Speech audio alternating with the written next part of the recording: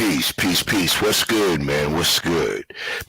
Need I say, it's your brother Yanga coming to you with a thing that I have named the Think Tank. This is episode one, so this is the pilot series. This is the launching.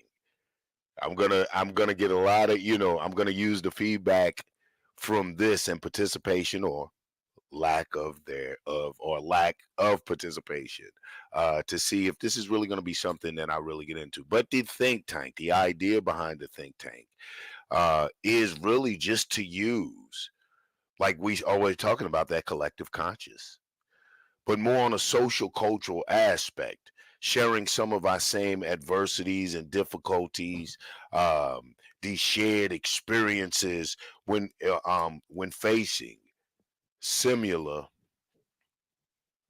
obstacles and hindrances and things that just may make it difficult. This episode one, I'll be talking about child rearing, society, and just, man, the upbringing of our children. I don't think I need to stress the importance. I think we all know how important the upbringing of our children are, but I'd like to really just explore and discuss the differences. And from the time that I was brought up, I'm older. You've probably heard me make reference to that time and time again. But that I make reference to that because that really means something. That really means something. Like, I'm old enough to have lived through a whole cultural shift, and not only lived through that cultural shift, to have been a participant in it in many areas voluntarily, and then some just involuntarily through just social cultural engineering. Crazy. And as you get older, you can see you see the designs and you see the plots and you see the traps, that you were ensnared in. You see it, it's clear, it's crystal clear. And then what happens is you have this for many of us brothers, if you have sons out there, you see this mini you, this small version of you that is in danger of falling into the same type of traps and ensnarements. And it can be frightening. And sometimes as parents, we overdo it because society has changed so much. Government, uh, um, government influence in our homes, and not just influence, but power in our homes has changed the dynamics in which the way we raise our children. So the whole social interaction with parents and children is to me at times crazy. Even in my house, I'm not gonna sit there in front. I mean, sometimes I feel like my son gets away talking like white children did. Like, I don't like Call me old fashioned. The fuck is a I don't like that. You know what I'm saying? It was a stretch for me not to go into the, okay, well, let me be hip dad. Let me be a little bit liberal. I'm not going to make them say the sir. I got so into this African thing of ours. I said, I'm not going to make him speak like the colonizer. I'm not going to make him do sir. But shit. Maybe if I pushed for a sir, I would get a yes. Settling for a yes makes me have to correct. Sometimes you got to shoot for the moon. If you miss, maybe you'll catch a star. You know, Sometimes you have to aim high. Have we lowered the standards? And I could understand how that could be quite possible. I can understand how that could be quite possible because there is so much, like I said again, so much government, not just influence, but control in our lives. That we love our children so much. We know that, any um, type of thing that the government deems not right, they will come snatch your children. That's a very real thing. Shouts out to the Black Panther Party kings and queens who is tackling that CPS drama very, very vigorously, which is real. CPS coming snatching babies like they were snatching them out of the arms of the women on the slave auction, snatching babies out of the home. And there's no outcry about it. Like, I don't knock. This is why I like the arena, because we got it all going on. And I appreciate the arena for letting me have my time to rant and rave about particular issues. And I also love YouTube because it's given me a space to explore. I usually don't talk about social, cultural, politics to the degree that it influences us, because I came up in an era where it was political education, advancing through political means, the participation of or lack of participation of, what does self-determinist politics look like for ourselves, that type of thing. And we were always really very staunchly taught against cultural nationalism. That was like in the McCarthy era, communism. Watch your neighbor. It was that type of shit. You had to be on the lookout for cultural nationalism. For those of you who may not be quite familiar with cultural nationalism, no shame in the game, baby. This is what this is all about. Please allow me to explain to the best of my ability. And if we got up, man, I hope Yame comes through. See, this is why he became one of my partners. Like when I was coming up, Harley, his philosophy and ideology of Pan Africanism, and I'm willing to guarantee, I haven't spoken to him, African primacy. I hold to African primacy, but in a perspective, and we'll talk about that sometimes. But his primacy of Africa, African primacy. Back when I was coming up, I was taught to be leery of that. But through the exchange of YouTube and listening to the brother talk, it isn't as frightening as I thought it would be. So I said, dare I begin to explore the conversations and throw out there the not just the challenge, but opening up the door on the floor for this type of exchange, because social cultural influence and our lack of control of imagery and music, materials that endorse certain things, whether we know it or not, our shoes. There's a whole culture that, yes, there's a sports culture to that, but at the same time, you have to understand we're so inventive and creative. Our young people, especially like when I was coming up, we would take those very sports team and we had a whole subculture about it. We're a certain cap of a sports team. You couldn't just be a Chicago Bulls fan. You couldn't just be down with Jordan for real. That was a whole different who you with. So controlling or at the very least having influence over culture and subculture. We're talking about raising our children. You might say, oh, that's impossible. That's impossible. Peace, Angel. Peace, MD. Listen, open panel. We're getting up here. I'm just discussing, raising our children in this time, the differences, the challenges. We had our little fun at one another, but I'm really out here showing there are so many things that we have in common. And I think the success, the well-being, the mental, physical, and economic stability and security of our children is a concern on any parent. I don't care your faith, complexion, or gender. If you have children and any maternal instinct in you or paternal instinct in you, you have questions and concerns. And there are very few think tanks with people who have their quirky and kooky ideas, weirdo ideas, but really believe in us as a people advancing, better, advancing, say, let's come together.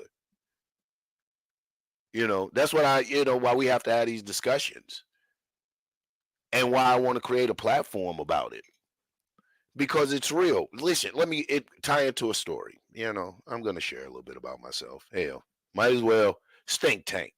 And like I said, it's open panel. The link is in the chat. You want to jump in and chop it up about these babies? Let's do it. Okay. One of the reasons everybody, why I'm so gung-ho and a league advocate, it was a avenue that brought my son and I together. It was a form that I had something to go to my son. I had no idea how you do a PowerPoint. It opened up a point of discussion. Yo, man, show me how to do a PowerPoint. What you doing, Dad? Man, these suckers want to out-talk me. Can't nobody out-talk you, Dad. Let me show you. Show me how to do this. I'll do that. I'm even going to share a little secret. I said, man, if we went, when I first got in, people, putting money on it and this and that, you know how it went. And I said, man, you help me with this PowerPoint and I win. I got you down the middle. So I had one, somebody hit the little app, Cash out, boom. He was all enthusiastic. Go check some of the old live. You'll see him in there looking with me. He's cheering me on through the debate. I'm watching him. I'm winking a little bit. Catch some of the old lives. You'll see some of the crazy moves. I'm making little faces because my dude is watching his dad do his thing. Finally, I know what he was thinking in his mind. Finally, this nigga got somebody to talk to besides me. He was a champion for the league. You know what I'm saying? He was a champion for the league. Finally, my dad has someone to burn their ear off about our excellence besides me. So we're going at the league and I'm doing this thing. So imagine, so that's why I say we take things as there are whole lives going on outside of YouTube. And unfortunately, that was snatched from me. I had to pull him away from it because terrible things were being said about his dad. He don't know me like that. That's my baby. Shit. He don't know real. I get it. I kick the war stories, but they PG than a motherfucker. My war stories to my son are PG as hell. They're one step but I seen Disney make harder movies than what I'm relating to him because my war stories are more moral related. I want him to get the message out of it. So it was tough when that thing of communication, that thing we used and at the same time, come on, man, if you have children, especially if you have, for me right now, because I have a daughter, my oldest child is a daughter, shouts out to my daughter, we're expecting, I had children late in life, so I had my first child at 30 something. So my daughter's, 19, going on 20, she turned 20. I'm sorry, Fatih. She turned 20. We're expecting this will be my first biological grandbaby. I'm excited. She married a Latino, so that's a whole nother. I have this Afro Latino grandbaby coming out, and it's crazy, and I love it because the journey of my life has just been magnificent. It's made me challenge and question theories, philosophies, all through it, and I thank the universe for that because the brain is a muscle, and if you don't use it, you will be a dum-dum. Anyway, so my son and I, we bonded on that. On the league. Now here is one of the reasons that man, I wanted to have this because my son and I now, our next point of communication had to be on one of tragedy. It had to be a connection of tragedy. Man, it's terrible. My son was friends with. I don't know if anyone's in the Atlanta area. Man, I need somebody to jump on the pick gynocracy. I need somebody to do this research. Well, look, y'all in the chat.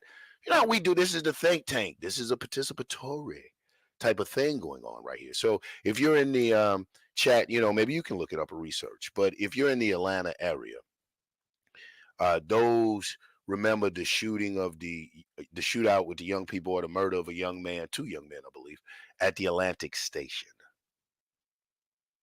2 young men were murdered at the Atlantic Station. It was this whole big gang thing. It's Atlanta, home of the YSL and the Fast Cash and the Dash Dash and the dot to dot. I don't know all the names. The major gangs have, I call them cliques, have split into cliques or subgroups. So you will have an offshoot of a Crip gang and they'll call themselves this, or the offshoot of the Blood gang and they'll call themselves that. I'm not, all abreast of all the subsections. However, why this hit home because one of the young men that was killed, his brother was infamous, notorious. I think his brother's Ola Blunt, and he got into it with duct tape. There was this big thing down there in the rap world in Atlanta. So his brother was this big wig. So they were saying his death was retaliation for that, him getting that duct tape. And it was all of this sensationalism behind it. And, who Cam was. And you know what I'm saying? And they painted this picture. And he was just a little dude that was my son's friend from first grade. That's what I remember, bro.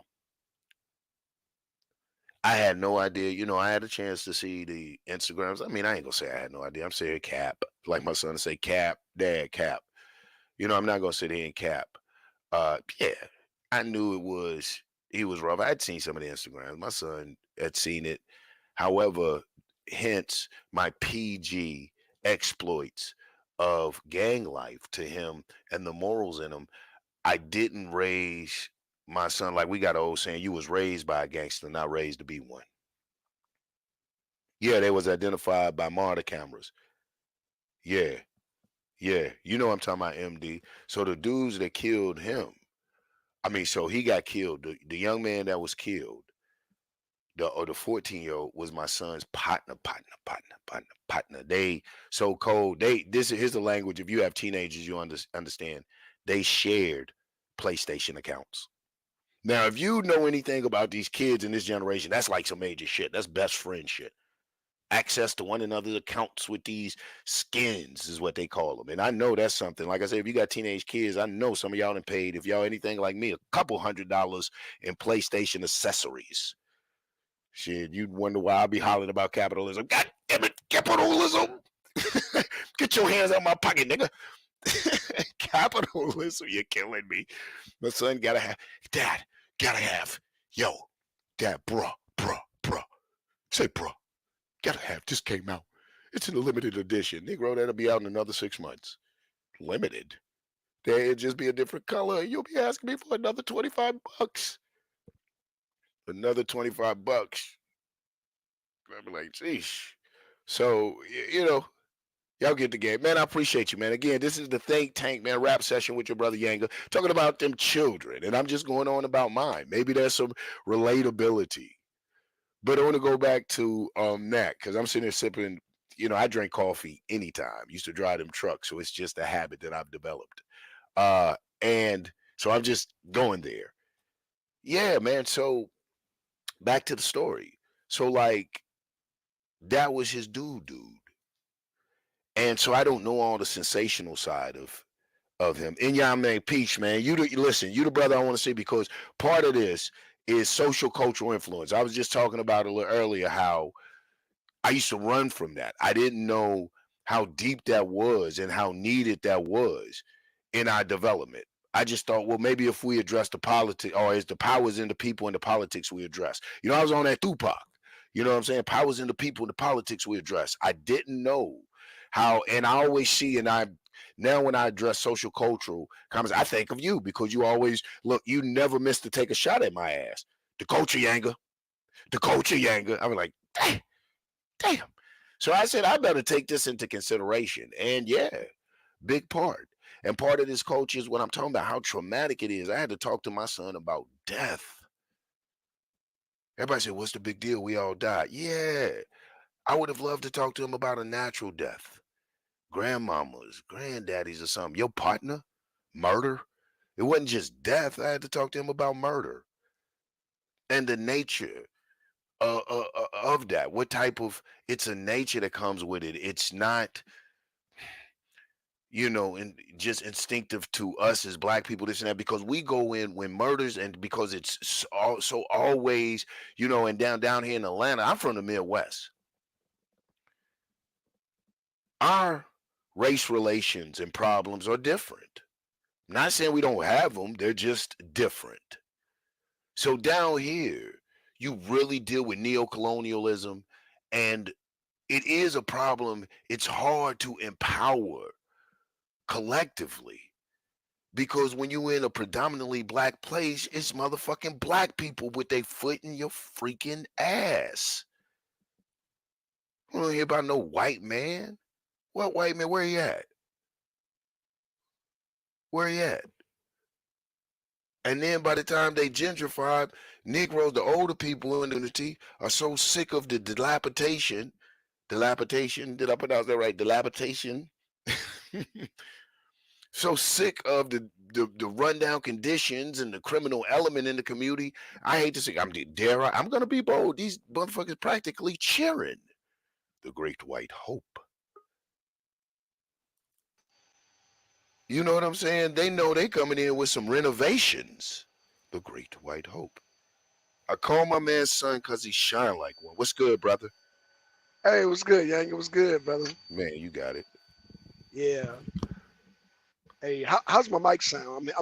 I'm way out in How's the my car. mic sounding? No, How's yours it? sound good. How's Yeah, it you now? sound good. It's Okay. good. Yeah. Yeah, you sounding good. No, I'm Okay. going Okay. on. Yeah, man, I'm just talking about raising children. The difference. I'm all over the place. I haven't just pinpointed one thing. I'm inviting Okay. participation. If you out there in the chat, shouts out to Juju. I see you out there. We're well today. Thank you for asking, by the way. But if you're out there in the chat, what do you think? Sisters, come on, let's broach that ground that is, probably needs to be talked about. The lack of our presence. How is that really affecting things? No knock at the homosexual community, but I had a problem with it because, see, it's not about your sexuality. I just believe in a certain, here I go, call me archaic, but I believe, family has a certain structure. I believe in the man, woman, and child. You know what I'm saying? As a family structure, Hmm. I've seen one day, um, two couples, two women couple. One of the women were more, identified. I would say I could clearly say identified with masculinity through her dress, her mannerism, and everything. You know, I think is stud offensive. Can I say stud? Is that offensive? See, I be trying to be politically correct to the motherfucker. I'm trying not to offend anyone. So, but anywho, but what was offensive to me? At what point in time can I say, "Hey, now I'm fucking offended"? Is when the more feminine one, the more masculine one was chastising a child, was correcting the child, which was right and exact, indeed, all day. But what got me is when the child was, showing their ass a little bit, and the feminine one was like, "You better listen to your daddy. You better listen to your Uh, daddy." So when am I supposed to be offended? Isn't that an attack against my dad? Is not her daddy. And then I began to wonder, no wonder the child wiggling and twiggling the wrist. He's like, "Mama, I can't accept it. My nature won't let me accept what you're trying to give me." Now, if you'd have said, I don't know, second mind, I don't know. I don't know. I don't know the social dynamic, social cultural makeup of that, how that works in a whole cycle. I know they're putting it on television. I know they're really trying to get us to wrap our minds around it. But those of us who are traditionalists find it very hard. And here's an unfortunate reality that came out with my find it hard to accept it. My son, Black son, my family, the youngest one. The youngest yeah, one is yeah. totally what they would say homophobic. Right, right. Wow. Man, if you hold him too tight, man, with that gay shit, daddy.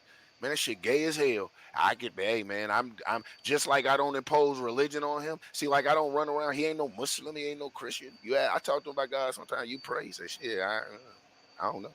I said, okay. You know what prayer is?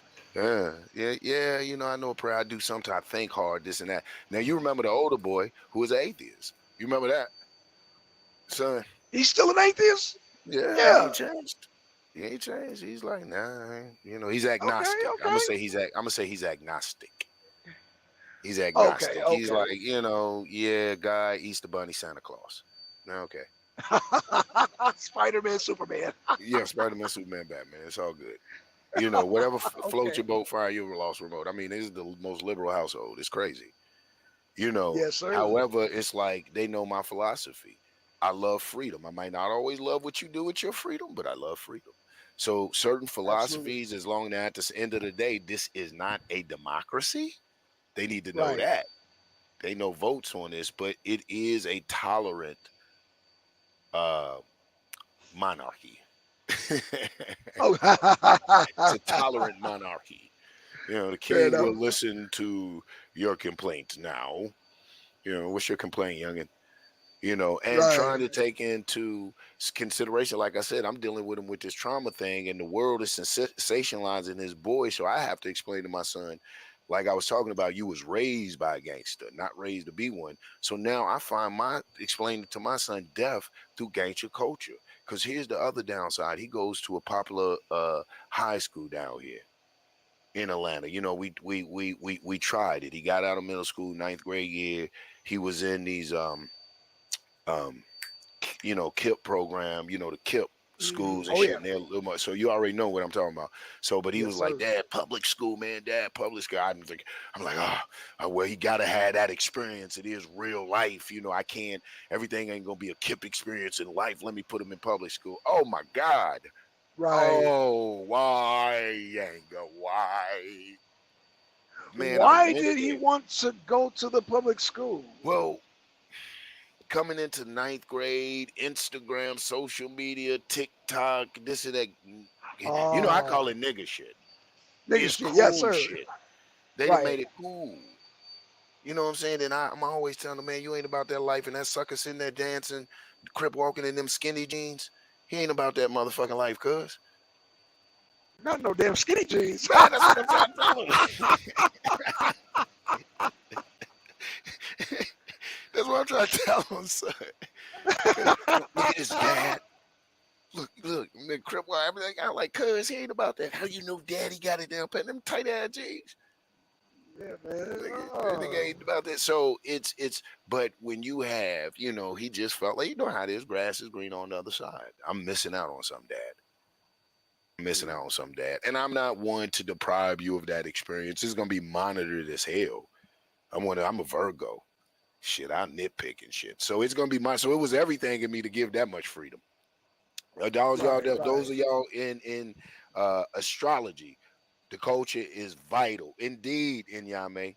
But you ain't gonna talk from the sidelines too long. We'll take a few more comments from the gallery. Then you got to hop up here. Yeah, you Um, gotta hop up and yami. yeah, yeah. So so it's like, okay, so I'm like, okay, I don't want to deprive them of this experience. I give in. I go to because I like to be involved. I hate that they destroyed the PTAs, parent teacher associations. I'm that dad. Yeah. I'm that dad. I go in there doing Black History studies, and I got a problem. That's when my children are like, oh my God, please don't come to the nah. Any questions? Yeah, I want to know why Black Studies is 2 pages. What, you Right. know, one of them on you Yeah. was a slave, and then nigga you was free. Why is it on you nigga we slaved you, then nigga we freed you? Can I get some Right. love in this? So challenging the curriculum and this and that, Hmm. and trying to give my children the game. Now, one thing I'll say about my father, what I did enjoy, it was tough growing up a Black Muslim. That shit was tough. You know what I'm saying? Because you got to see everything from rose tinted glasses, and mind you, my mother had left the faith, so when I would go stay with my mother, so I had shit street exposure. That's why when I went to be with her permanently, you know what I'm saying? Shit, I had street exposure.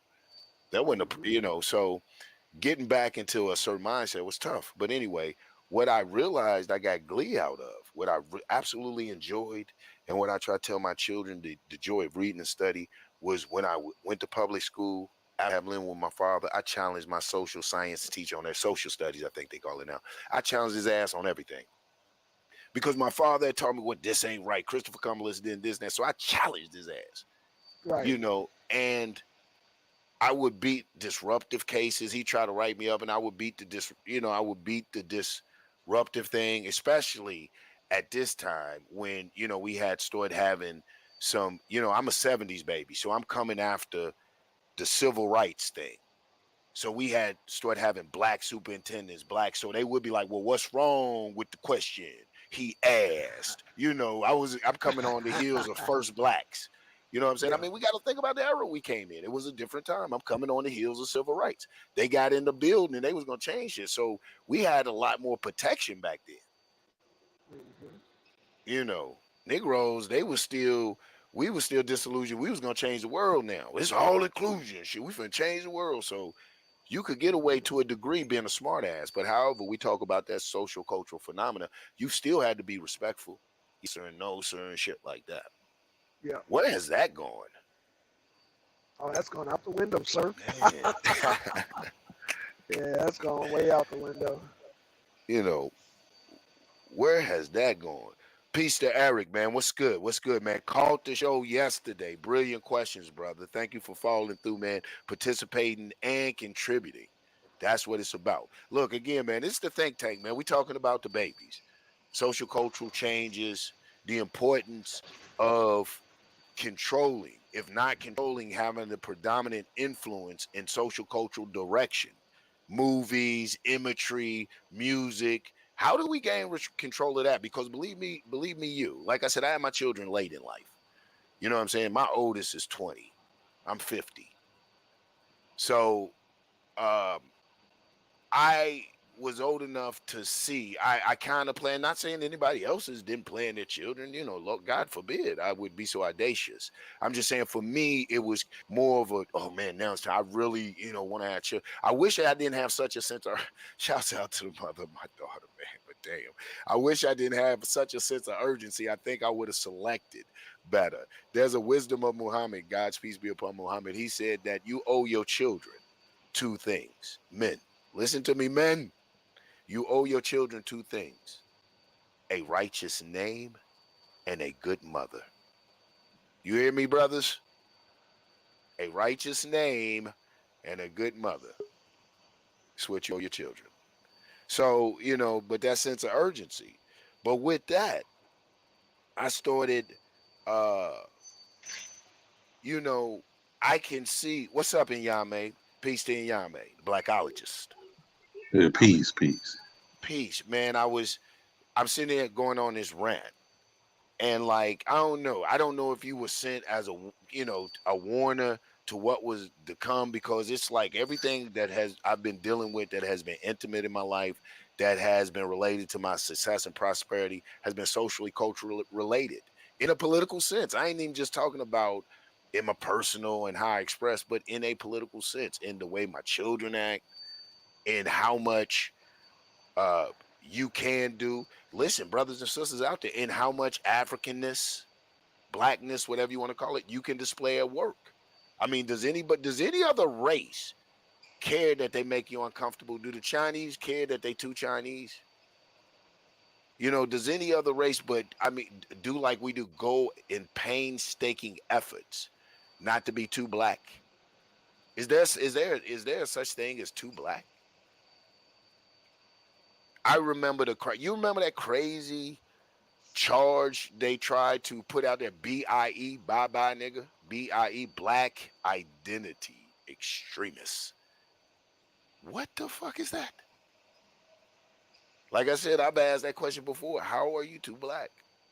How is your when are you too extreme in identifying yourself with? To me, black is synonymous with Africa and the experience of her children here in the diaspora on the shores of North America. That's black. It covers all that as a political explanation for me. I don't get into the semantics of it. I'd be like, man, come on, man. Sometimes we got to use blackness to define some shit. And you got to feel like everybody want me to use blackness when understanding nigga. Then I use the same blackness, the same measurement when black, but everybody want to be specific. What is black? Come on, sir. Am I right though, brother? Hey, man, but sometimes you got to pull that card though. What's that? What Oh, am card? I breaking up? Your black card. Yeah, yeah, but then you'll get somebody to tell you what is black. They want you to be specific. Now tell Right, them. right, right. Now, when you go to telling them nigger and niggerism and stuff like that, then they want to use this wide measurement. It's aesthetic, it's beautiful, it's adaptation of the Right. culture. We have embraced it. So that same African measurement or same open, very liberal measurement we use nigger with, that's what I'm speaking of black in. Don't make me get all specific. We ain't black, we're Moors. Now everybody want to be, but you that same Moor behind about my nigga, but we can't be black. Man, come on, man. Say the games, man. Do we want to unify? That is the question. And so, if nothing else, uni- uh, that we should unify on is our future, our most precious. To me, there are three precious resources in the black community. And I'm sorry if this isn't a debasement to my gender. I swear I ain't trying to be one of them captain put on a cape. We're gonna have them talks where I say some very misogynistic shit, and I know sisters are gonna be ready to launch into it because I ain't one of them fake phony. But oh, queen of the planet, I believe you're a queen. But I believe we can discuss and dialogue, and we might not like what each other got to say, and it might get heated because you a black queen. You can take it, sister. It'll never get. We ain't gonna get bitch hole, fuck nigga pussy. We ain't gonna do all that. But well, yeah, I'm gonna challenge what you saying, babe. Yeah. So but nonetheless, it doesn't change my view of the three most precious resources in our community. One, our elders, because they are our libraries. The fountains of wisdom contained in them is invaluable. If we just take time to care for them, stop stuffing them away in these homes and stuff, hiding and ducking them, and not, even if we can't take care of them economically, and that has to be a place we put them on. Sometimes, unfortunately, can you guys hear me? Hello? Uh-oh. Can you hear me No, now? I ain't. Yeah, Oh, y'all could hear me? yeah, he. Okay, okay. Everybody's so quiet.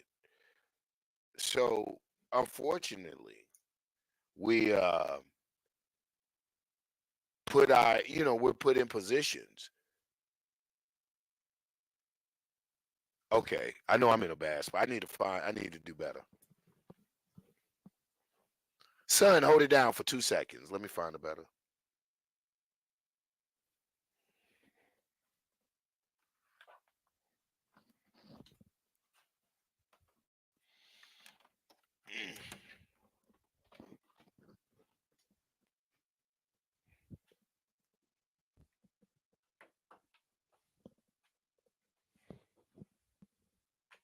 How about now, fam? Can y'all hear me?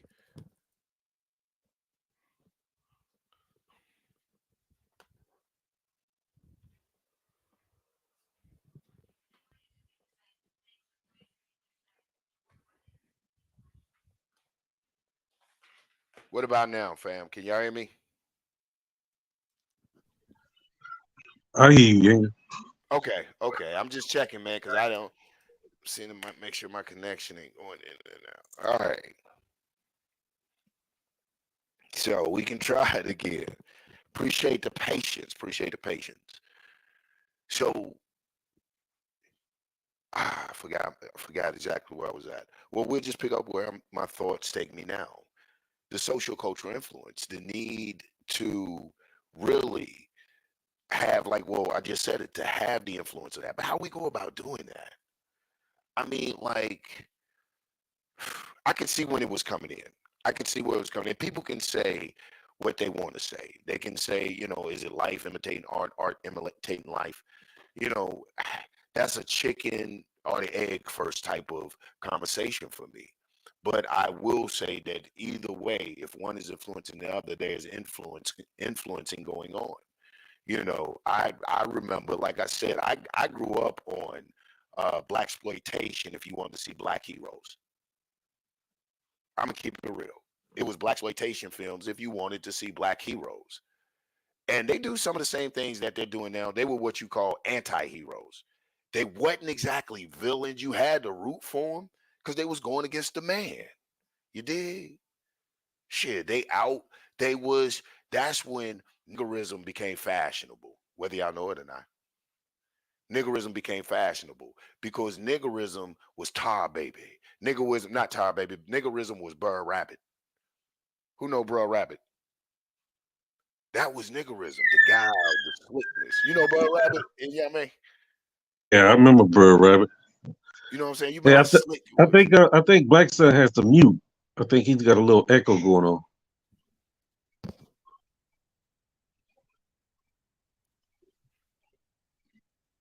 Okay. So it was that type of thing. You know what I'm saying? It nigga was part of the a descriptive word for nigga, one of the, I don't know what you call, was it, an adjective? I don't know what they call it. I'm not gonna sit there and play school with you.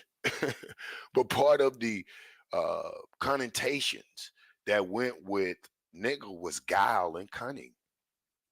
Like I said before, that's why we would say, my nigga, you out slick that sucker. Especially, excuse me, especially if it was the man, because they put off nigga was slow, lazy, shiftless, and all these things. So the nigga was Bud Rabbit, a swift nigga, my nigga, that type of thing. But it was Yeah, you know, am I right? That yeah, was so, and we seen that ushered in with the anti-hero black, what we call black exploitation, the anti-hero black movies. What is an anti-hero? I give you an example of an anti-hero in case people, excuse me, don't know. An anti-hero is someone, they're not necessarily a bad guy, but they ain't a good guy. You know what I'm saying? They're shit. They either have their own mission, they're motivated by their own thing. They sometimes they can be obsessed. They're insane. Like people think Batman is a hero. He would really be called an anti-hero. He break the law like you wouldn't believe. He just stopped short of killing. You know, in the original Batman's, look, I'm a geek. I'm telling it. In the original Batman, that's why he's the Dark Knight. He's a detective. Police hate him. You know what I'm saying? They say, "Damn, you a geek? How you know all this?" Because when I was coming up, that's all we had was white heroes, unless you embrace black exploitation. And my grandmother wasn't playing that, so I had to. Me and my partners would have black exploitation parties. I would call them now. We'd sit and watch Dolomite, Rudy Ray Moore. Dolomite was bad too. You know what I'm saying? The Fly, Superfly, the Mac, straight black exploitation. But Shaft. Shaft, Hmm. well, Shaft Yep. was Hmm. she's black exploitation, even though he was a Yeah. Yeah, villain. Yeah. yeah. Yeah, see this type of stuff. You know, now as we go into the thing, we thought that was bad. Listen to the music and everything. So it goes back into what I was saying about my son. So now I'm forced to have now there's something like the league that he and I bonded over, man. He see his dad doing the debate thing. He hear other intellectuals. It would raise questions, even topics for discussions at later times over something he heard, to discussing to him about murder of his partner and the sensationalism of it. Because like I said, he goes to a very popular public high school down here, and the what we call, those of us in the gang life know, it's called the other side, the enemy, the op, whatever they call them now, the people who I'm not going to say we're involved, but endorse, support, belong to the gentleman, the team of the gentleman that murdered Hmm. the little buddy. Like I said, I look all this Cam and Ola Runt's brother, and he was this that man. That's little. I call his name because much respect. Like, man, look, here's why I'm tore up. My son ran across a video they did when they was playing videos on YouTube, and they videoed themselves. This is how very real just he was as a young person. And my son is showing me that when we parted, do you know what my son hollered out? 14. He parted, he's talking about long live Cam. God damn. Why my son got to use that type? I'm like, I didn't raise my son to be a no gang coach. I didn't raise my son to have a closet full of t-shirts with his buddies' pictures on them. I didn't raise my son to be at no corner, at no damn telephone pole with teddy bears at 14. And you wonder why I rail and holler against and say that it is time to make a distinction in our and why I'm starting to be like, yo, I need an advisor like Inyame to really start looking at this social cultural phenomena, because it's affecting me personally and raising my son and interacting with my son in this perspective of the world. It's unnatural. It's unnatural. I'm sad that it's natural, that when I tell them 5 police killed a black man, that it's a passing conversation. It's a passing conversation. It's not even, damn, Dad, what can we do about it? You know what I'm saying? I heard shouts out to the arena, man. Shouts out to the team. I don't know who was on the show earlier, said we gotta stop having love protest in front of the Oh, police. that was Who yeah. said that? MD somebody. Was that him or was that damn Angel Snuff Note? That sounds It like might some have been. angel It was like one of them. I was listening. I couldn't look at the thing, and I just hollered, hilarious. And protest to me to a degree or just the same if there is nothing following the protest. If all you did was hold a sign out in front of the police station, you'd have been more effective by launching a letter writing campaign. At least you'd have kept them busy opening envelopes. Maybe one of them would have got a paper cut or something. Who the fuck knows? You know what I'm saying? I think, if that's as far as you're gonna take your protest. So it's like, so yo, the think tank, man. This is a shout out to the parents out there. What are we doing? What can we do? I mean, the protest is a reaction. We don't know what else to do. Hmm. We just don't know what else Hmm. to do. I think that that's where we at. That's the dangers of escaping where we drift off into these la la lands and coming up with, just very extreme solutions. And I get it. That is almost a knee jerk reaction in itself. But like I said, if you are like active in your children's life, and I don't know how you define active. I'm not going to say and tell you how you define your cultural interaction with your family, but active means that you understand, you talking to them, you understand that shit outside your home affects them. You know what I'm saying? You begin to want to take part in the influence in society that your children come in contact with. You know, this. Well, if you listen to Amos Wilson, he talks about culture. Mm, It's supposed to protect the people, mm, and if the culture no longer protects the people, then you have to get rid of that culture. Ooh, that's deep. yeah, yeah, absolutely. It's it's Absolutely. it's a it's a it's a defense mechanism, like your white blood cell.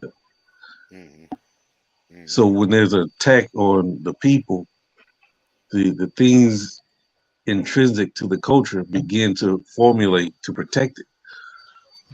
mm, But for some reason, our culture, well, I'm not going to say for some reason, we have an Anglo American culture. We would rather fight to protect Anglo American culture, which is, the, the everyday propaganda that we get about American life. mm. We would Well, protect that faster than we would black culture. right. Well, here raised the question. I think one of the things raised the question of what is an Anglo American culture? And two, when did Anglo American culture become acceptable? And why I gotta say the first one, what is an Anglo American culture? Because I can remember coming up in school, like I've always been around, my parents have always pushed reading, always pushed articulation, always pushed that type of thing. And I can remember going to school and children would tell me I'm trying to be white. So, I'm always, I'm like, okay, what is Anglo American culture? And then, um, is it Anglo American culture? And I'm doing air quotes. Is it Anglo American culture or is it Anglo American morality? I mean, we do things that I don't know. Call me, I don't know what to call me, but call me better black man thinking. I just think instinctively, naturally, organically, we are better than we behave. You know what I'm saying? And what I mean by that is instinctively, we just like some trick should trigger in us. I thought some would trigger in us when too far was too far, too horrific was too horrific, too barbaric was too barbaric. When did that bar change? Like people have heard me say one time before, there was a time when I was coming up, I'm telling you, truth as I speak it, you could watch the news and know if a black person was involved in that crime or not. It just was things we didn't do. Or maybe they didn't put it on the news. I don't know. What do you think about any of that in y'all, man? Yeah, I mean, we did some of those things, but we didn't do it in large numbers. Okay. You knew, like, I don't know if you remember in California, you had the Richard Ramirez killing. Oh yeah. Like, we knew it wasn't nobody black. I mean, we didn't know it was going to be Hispanic, but nah, nobody black act like that. Right. You know Right. what I mean? Right. You Right. kind of knew what was going on. Today you don't, and I think the assimilation process has fully taken its place. But there's a thing that Europeans talk about, which is really good. Everything the Europeans do is not bad, but they talk about epistemology, and Mm-hmm. that's the study of knowledge and how you acquire knowledge.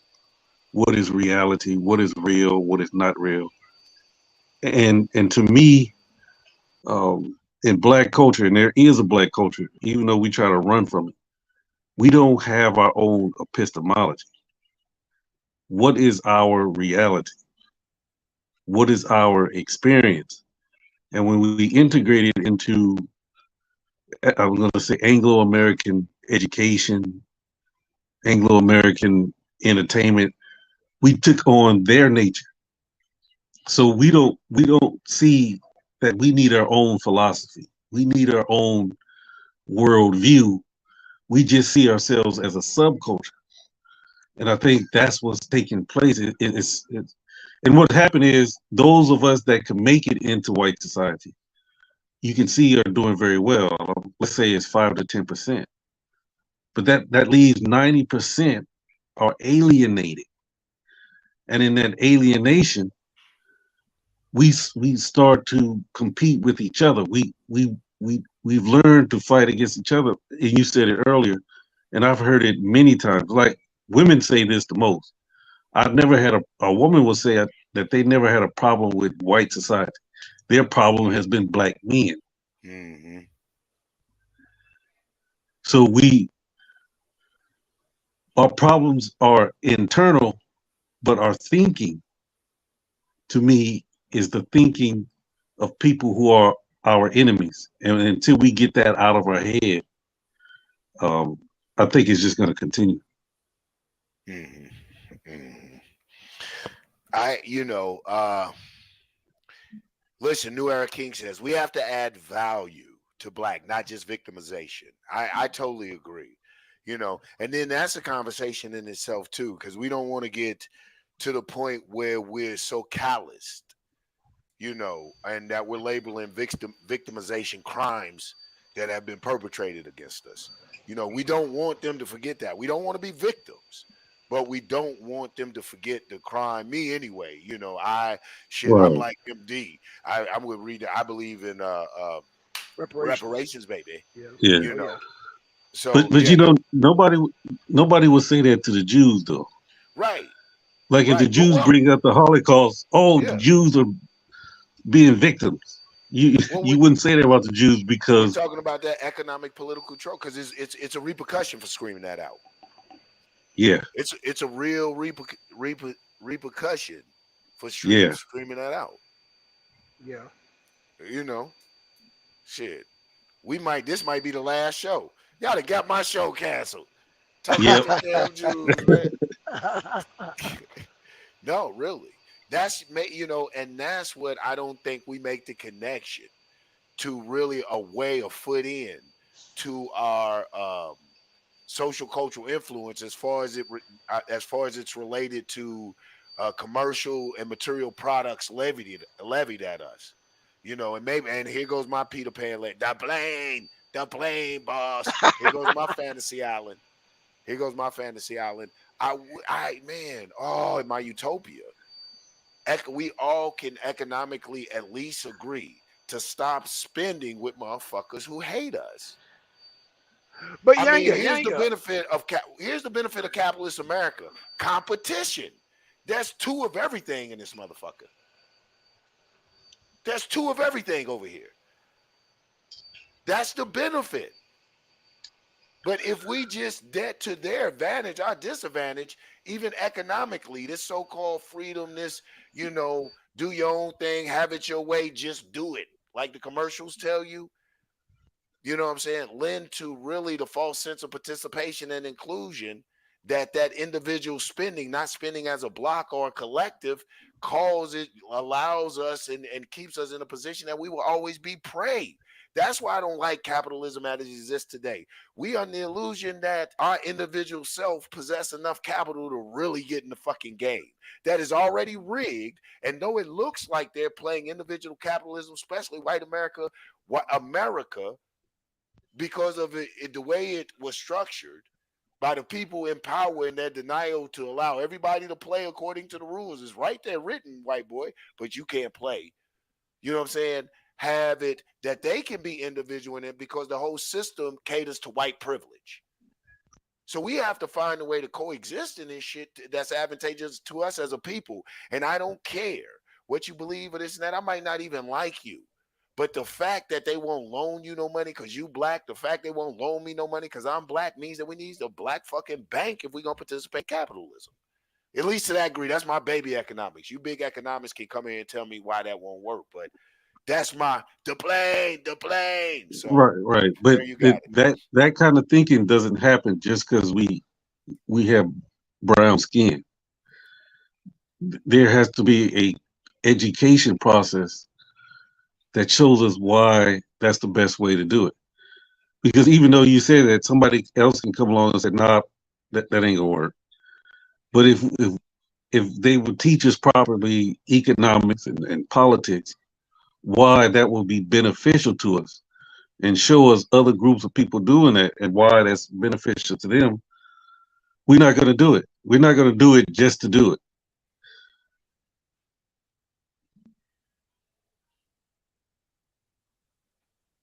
Yeah, I'm here. Can you hear me? Yeah. And I So wish we would do it just to do it, but it has to be a education. I can remember in the '80s where we would sit around and we would draw our old titty shoes. You know how I'm gonna name this shoe after me, and it's gonna look like this.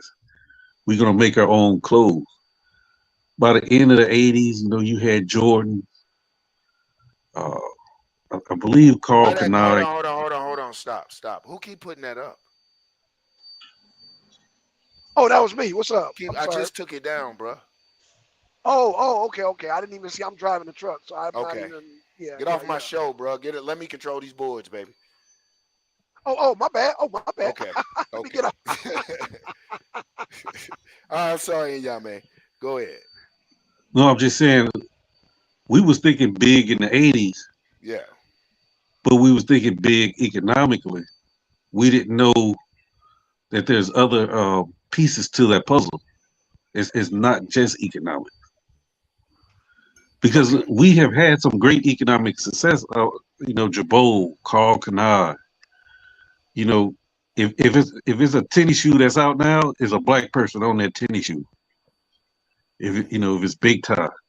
Mm-hmm. So the economic success we talked about in the late '70s and the '80s, we got it now, Mm-hmm. but it hasn't. That wealth hasn't transferred to where the majority of black people get the benefit from it. Mm-hmm. Mm-hmm. Mm-hmm. So how do we remedy that? Because I agree, but is it that, like you always talk about, that social cultural? That's the influence of that. Because like your social culture is going to affect your spending. Why is it? And I've always asked myself this: what thinking did Michael Jordan have to have Nike, Nike? I think I'm always being corrected on Nike or Nike. Nike. She said Nike. Nike. Um, why did Michael Jordan have to have Nike promote his name? Largely his name that carried that particular shoe. So Yeah. why do we think that is that part of the social cultural conditioning in Yame? I mean, what's good with that? Why don't we believe in ourselves enough to be like, why don't we see the resource and the black nationalism in us, rather, that Well, we well, are well, the resource? that's the thing where we have to understand when the socialists talk about capitalism, we're not really talking about the free market. We're talking about the power that controls the market.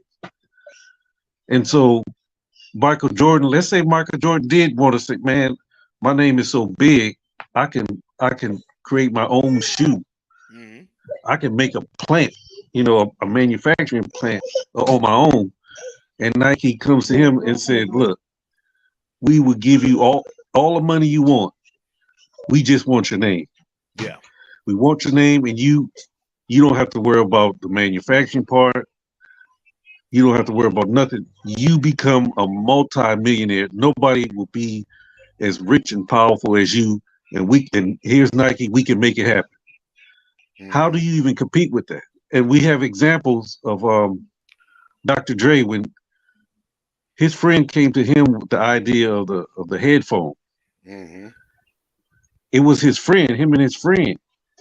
When Apple saw how big this thing could be, they gave him an offer he couldn't refuse. Mm-hmm. Hmm. You can't refuse $1 billion offer, No, no, absolutely.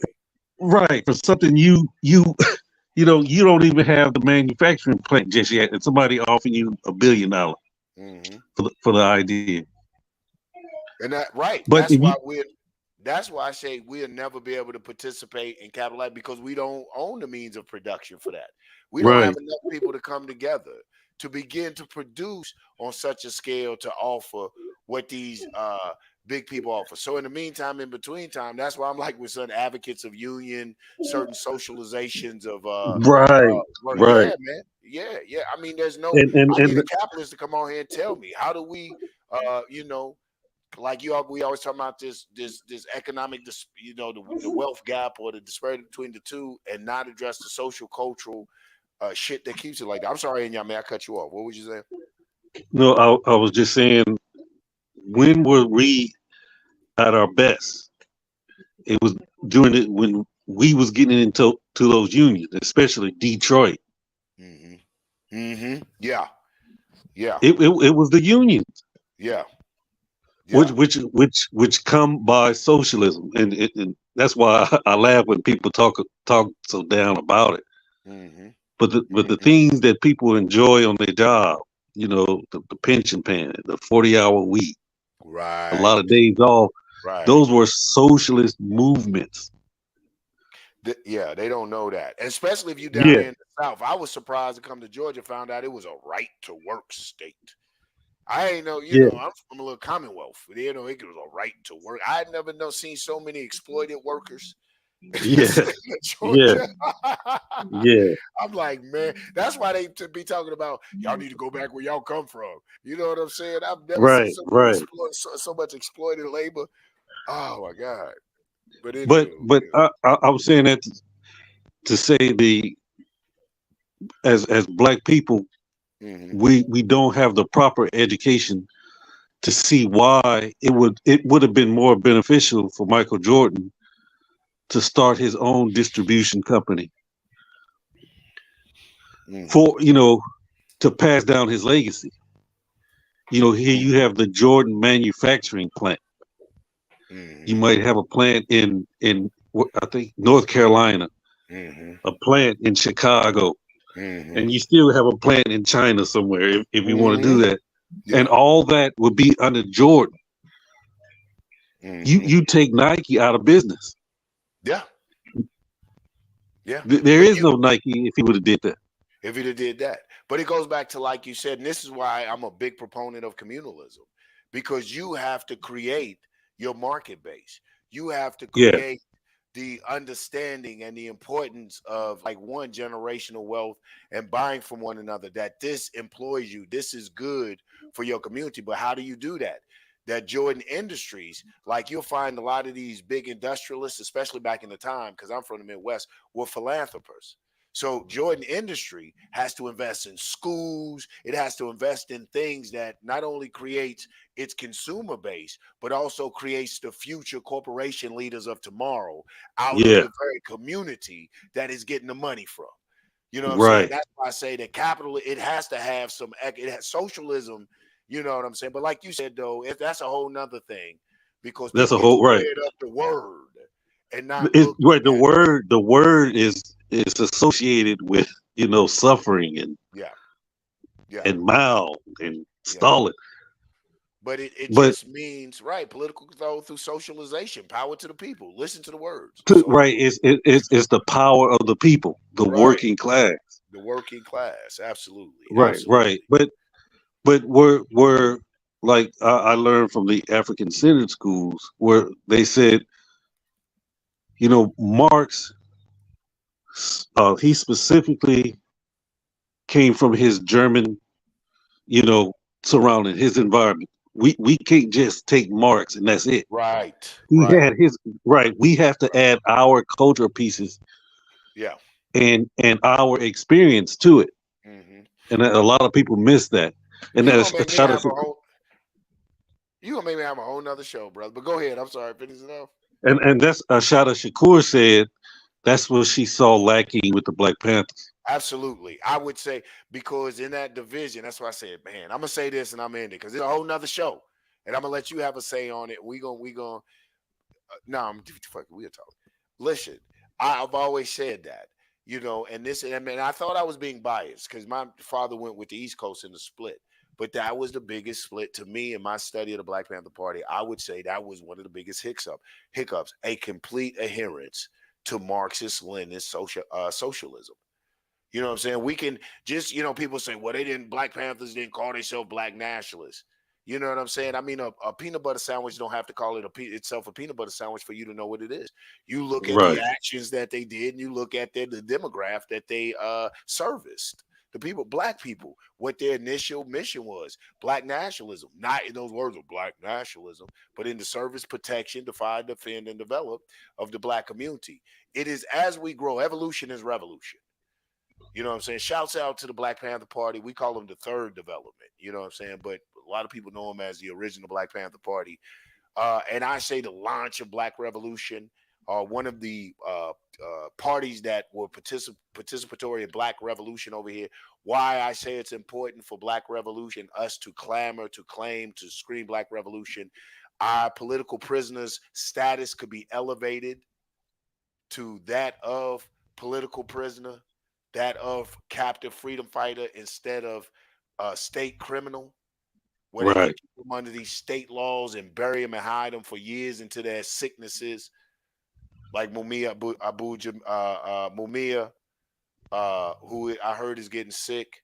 Like they let Daruba, not Daruba, Matula. Matula's home, but Matula is very sick.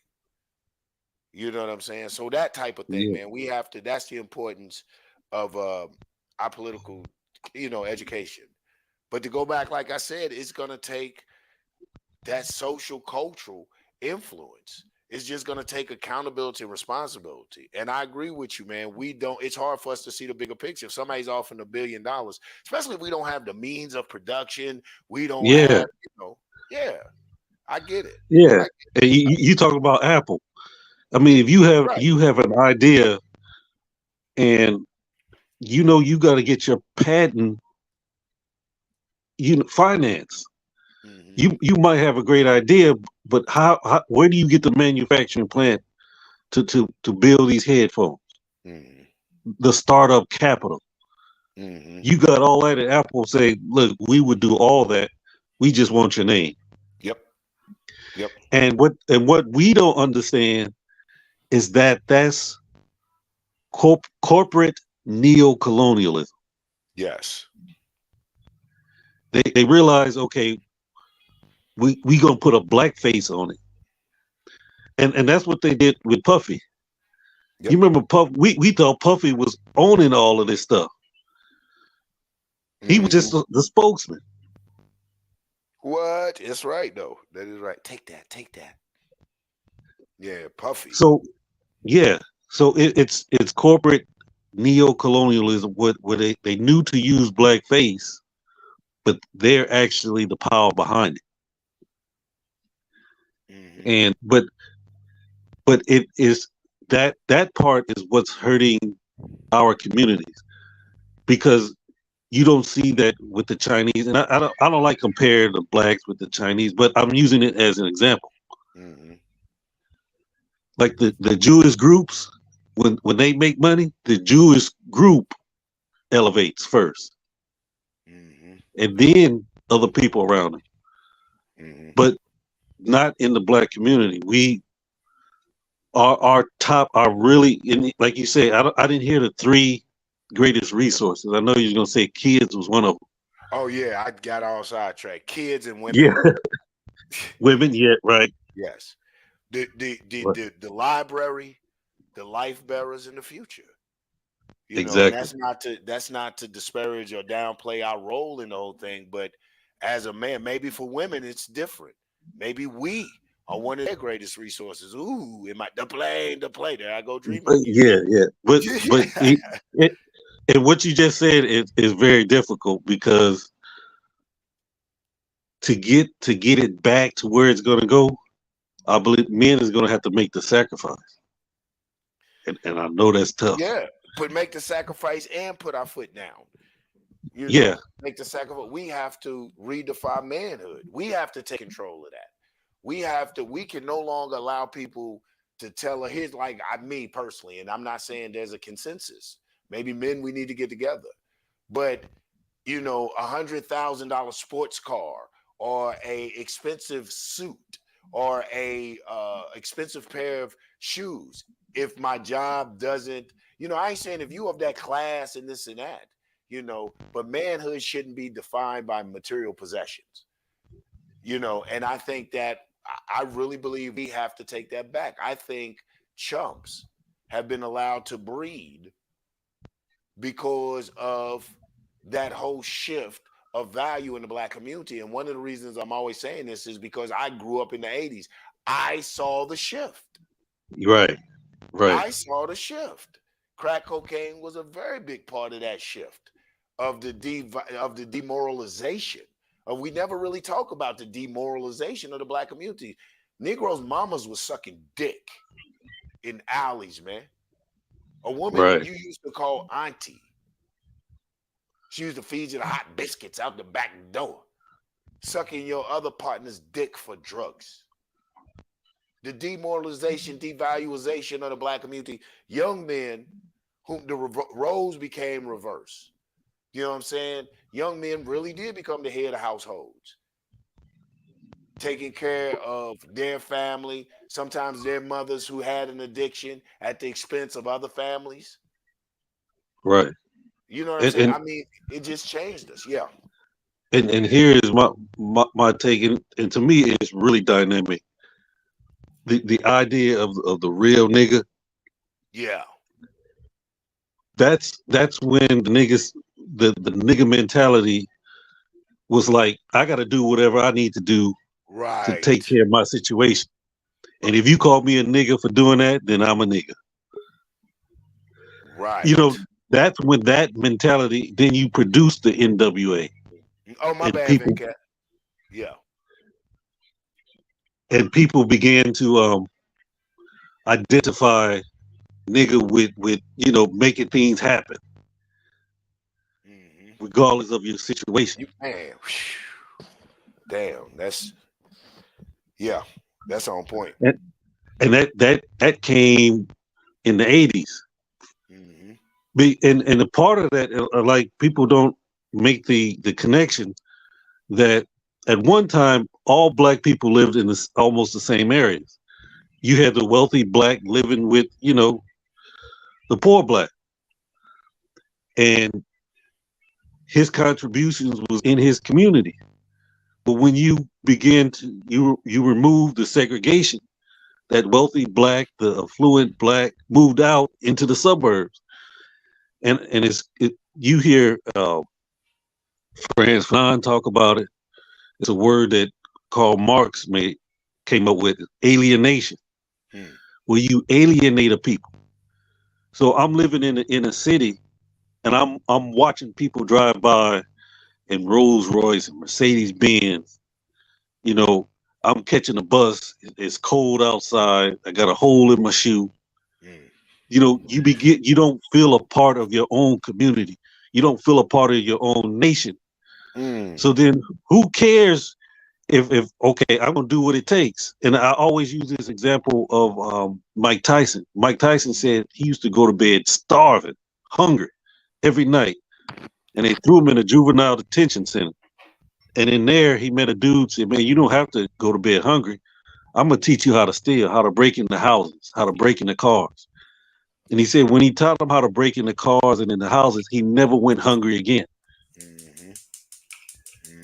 So his at that time, his idea of stealing and breaking into houses was to make sure he didn't go to bed hungry. He wasn't trying to be a thug. He was trying to feed himself.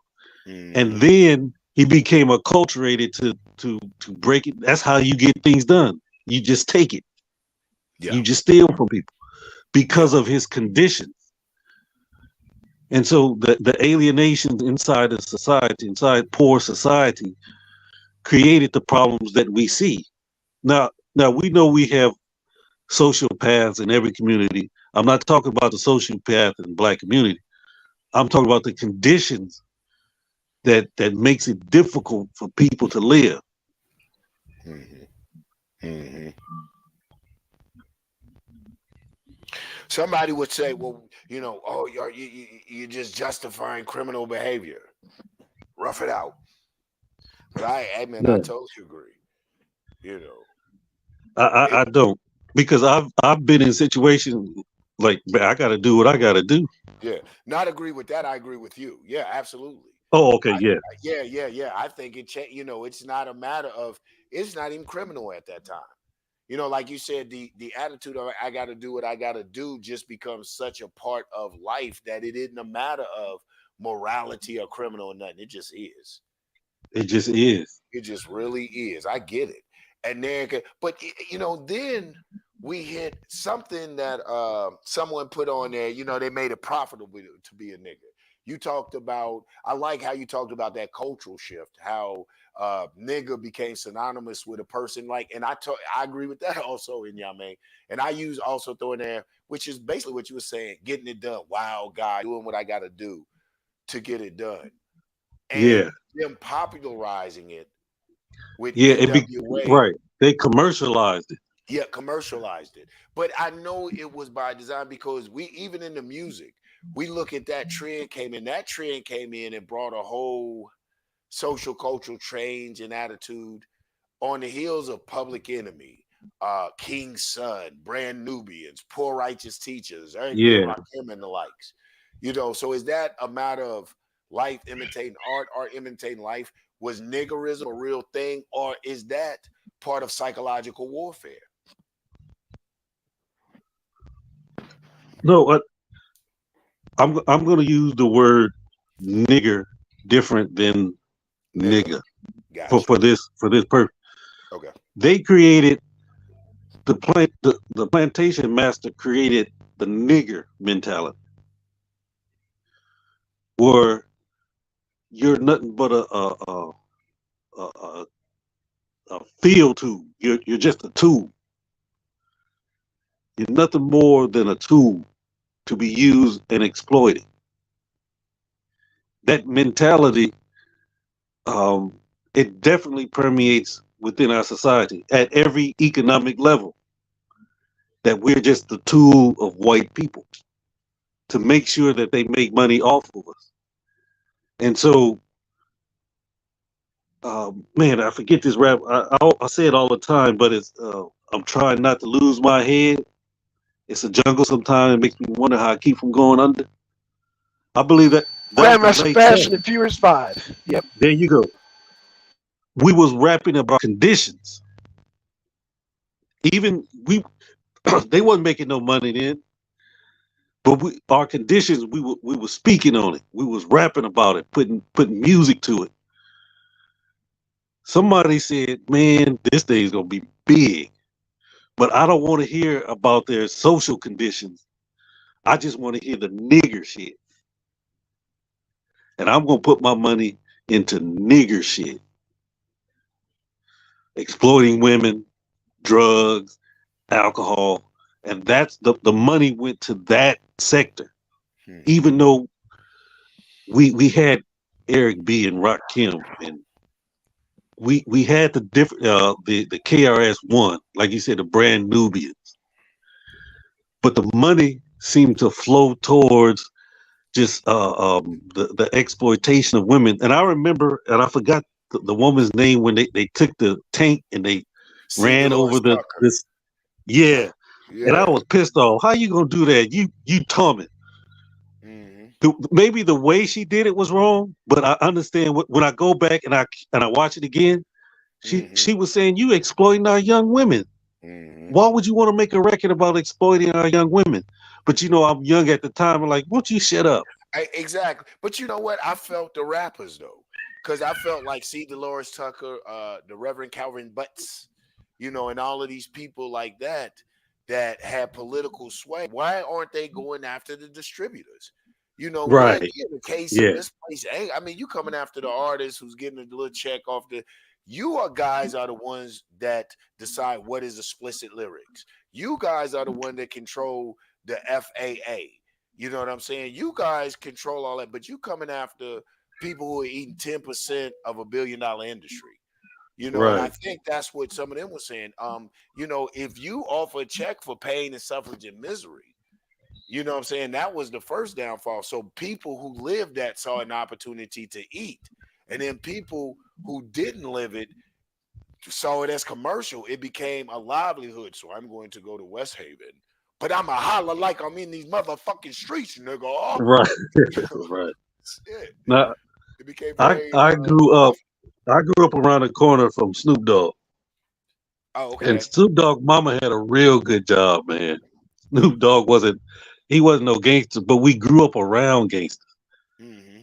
So I'm not saying he didn't know the culture because we all had friends that was banging, who might have went to jail, who might have been shot. But his music was like he was in it. So he was a part of the commercialization of it. So you wait a minute. And disclaimer, big homie Snoop. So you saying what you saying? You say I'm saying what you I'm ain't saying. saying Snoop claiming Long Beach and ain't rocking, inner Long Beach like that. You saying Snoop is more affiliated than inner hardcore Long Beach like he perpetrated. Right. No, he wasn't. Oof. He wasn't. He Oh, was no more affiliated than Dr. Dre. oh my God. I ain't Snoop. It ain't even coming to me, cuz. Man, you gonna have them boys looking for you, man. Hey man, I ain't got no. But we knew the people. So I'm not taking that away from him. Right. We knew who was banging. We grew up with them. We went to school with them. Some people, got a good education. Some people went to the street. And Damn. Hey, yeah. Y'all he heard it he here was first known on Yanga show. he was known for rapping and ribbing. He used, you get on a bus and he just started talking about you. You might say something like, "Snoop, your mama so ugly," and he would tear into you. Yeah. That's what he was known for, not game bang. Okay. But but his style was so smooth. Nobody really cared. You know, Okay. he was Okay. rapping about what we was doing in Long Beach. Right. He was repping. He was the representative. Yeah, he was the voice of Right? Spokesperson. Long Beach. Yeah. Yeah, Spokesperson. of the LBC. Yeah. Yeah. Yeah. Damn. That's But crazy, man. But Snoop but talk. Yeah. it was heavily commercialized at that Yeah. point forward. I agree. I agree. I mean, but what I had given Snoop props for, this is why I didn't think it, because Snoop said something. I'm affiliated. I ain't even gonna front PBGC for L, cuz. But what I had given Snoop props for was his taking back the culture, so to speak, taking back the cuz culture. When he said in that line, since we talking, what you doing crip walking? This ain't just a dance, it's a way of living. So if you see walking, you best see cripping. Because I do remember the commercialization of everybody named Little Bow Wow was sea walking. Everybody and their mama, like Snoop said, little kids too and R&B singers. Nigga, quit crip walking if you ain't a gangbanger. So I'm assuming, okay, he's taking back the culture. Man, but he was a very big part of that commercialization. And to find out it ain't he, okay, man, something interesting. Something interesting. It goes back to like what I was talking about with my son. That's the tough part. Because now I'm discussing very real things with my son. Death is real. Murder is even more I don't want to say because that it makes it sound morbid, but murder is a morbid aspect of death that you have to explain to a 14-year-old. Add it with the sensationalism, Yeah, commercialism, because everything is commercial. Gang this, gang that. The news is commercial. Every news is trying to compete with one another. TikTok is commercial, so the facts become more sensational. And here I have a 14-year-old son that lost his child. I mean, lost his like best buddy. How do yeah. how do we deal with that trauma on every aspect? And man, it's like the same thing every generation. Hmm. One year I wanted a starter jacket. You remember how big starter jackets Oh were? man, I remember them. And I I remember wanted them. a cowboy. a Cowboys jacket. Mm-hmm. And so, and they was expensive. I think like $75. My dad's like, okay, it's your birthday. I'm gonna get this jacket. You better not lose this jacket. So that's your Ooh. ad. But when we went to go get the jacket, they didn't have the Cowboy. So I Mm. got this bright red Phillies jacket. What was Bright you? red. Thought you was from Long Beach. I was young though. Okay. I wasn't even a teenager. I think I was like 12, getting ready to be 30. Yeah. So I'm thinking all the OGs was gonna be cool with it. I come Uh, I I'm walking out with this big red jacket. Like, oh no, buddy, you can't wear this jacket. You better go take that home. uh, so they was Big cool with it. They ain't kick you in your little tail since you're home. right, right. They ask you, nigga, you claiming Pyru now? I'm like, what? So Oh. so I take the jacket back home, I put it in the closet, and my dad monitors me and he watches it. He's like, I see you ain't been wearing your jacket. I'm like, Dad, the OGs told me don't wear it no more. He said, don't you be scared, you gonna wear that jacket. I paid $75 for it. So so I'm wearing it. I When I walk out the house, I wear it inside out. So the white part is showing. Ah, But anyway, two man. days later, my friend gets shot. He had on a fila suit, a gold fila suit, and that was blood too. Mm-hmm. But he wasn't a game bandit. They shot him through his heart, and when they killed him, they yelled "blood killer." And man, it was big. It was all in the news. My dad saw it. My mom saw it. Anyway, they threw the jacket away Mm-hmm. because they didn't understand what I was saying. Which My dad right. was like, "You been a punk? You letting them punk you?" Mm-hmm.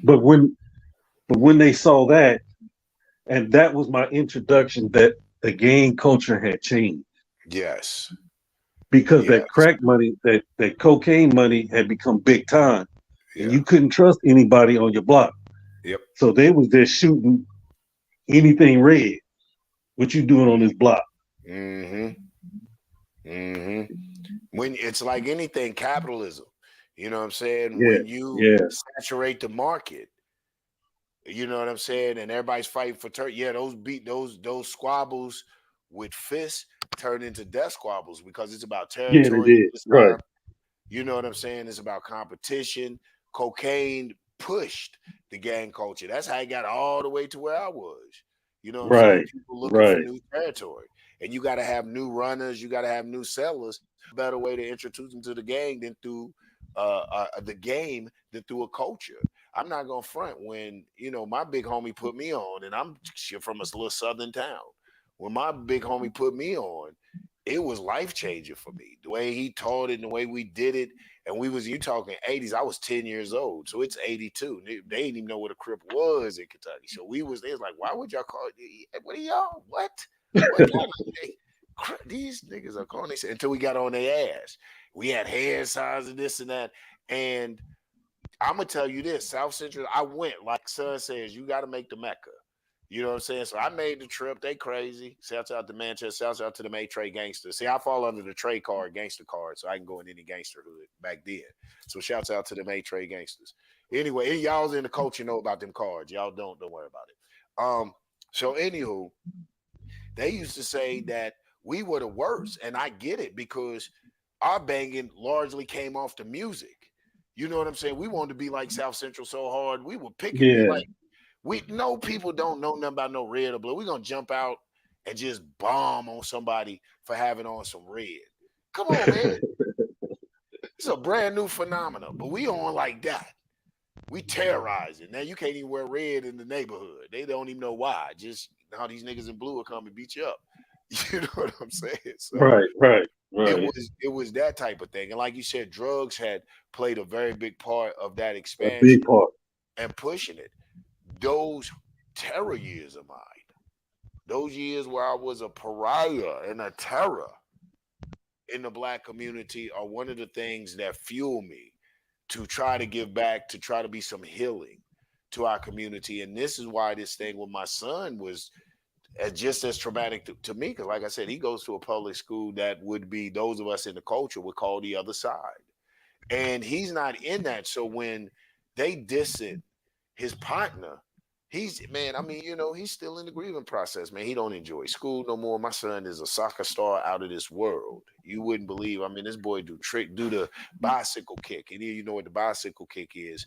It's where you Yeah. kick the ball, fall on your back, right? Scoring goals like that, man. He's a dynamo. And yes, a little bit of that is proud dad, but a lot of that is factual. The boy is awesome. So he doesn't even want to participate in that. The joy of it is gone because you got some. I'm gonna talk about them little them badass kids. Hell with their mamas and daddies right now. You got some chumps, that in this gang culture, that's the thing. You pick on somebody. Fuck your homeboy or whatever. For one reason, because you've accepted the fact death is a part of that. I didn't want to get past 25. Anything past 25 was old. You know what I'm saying? So Right. accepting death is a part of that. Then I've lost a couple homies, but it was my process of grieving was different because, like I said, they told us it was a choice you get jumped in this gangster shit. So we knew that always had the possibility of coming with it. Now, as an old man, I think back on my young years and think about some homies I lost at 16 and be like, dang, sometimes I want to call their moms, be like, dang, you know what I'm saying? I wonder, because that was a long time ago. But I intentionally shielded my child for having to go with that very psychological, traumatic type of understanding of life. And here I am faced with trying to explain why these assholes are fucking with him for no other reason than he got a partner. You know what I'm saying? Right. And then he's caught up in the thing. I didn't teach my son to be violent, but he damn sure ain't no punk. We slap box every day. Sometimes I'm 50, man. He 14. I'm like, little bro, I be trying to hurt him on the slap back in mother. You better remember the old man.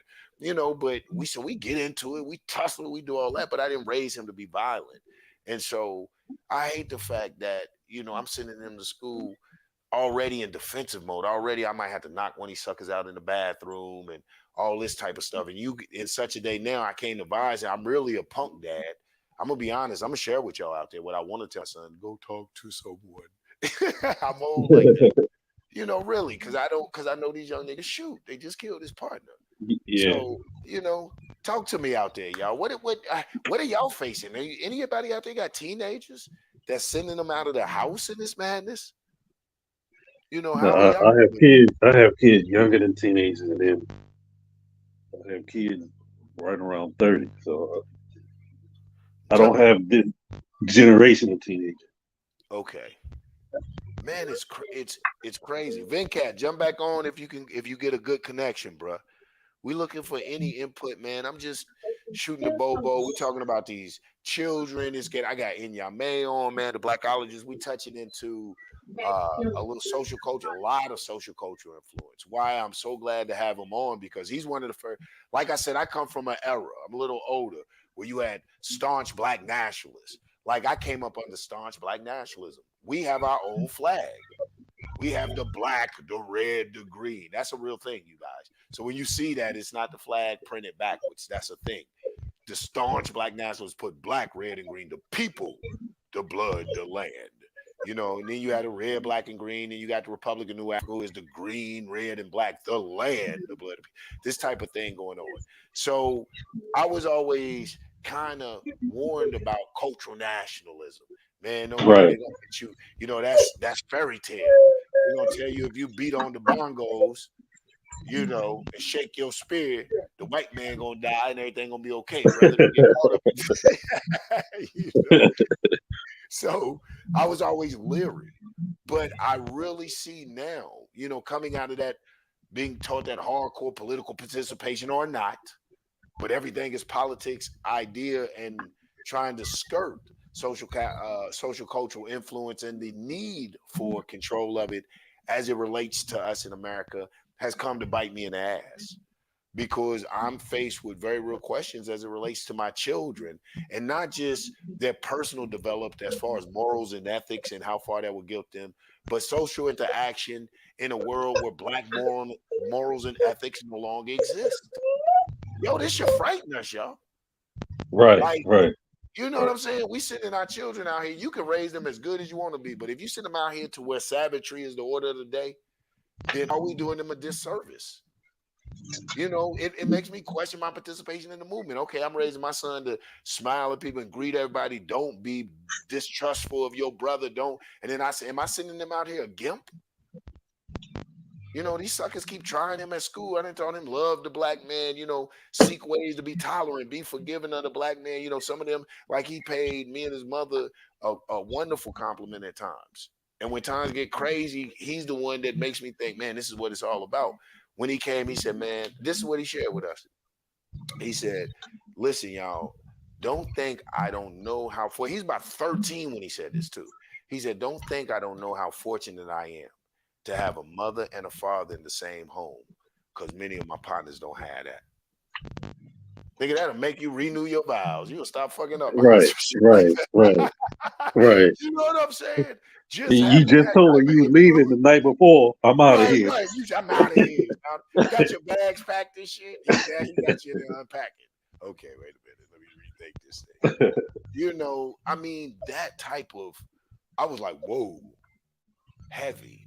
So it's always has me questioning, you know, eh, how much should I give them? How do you give it to them?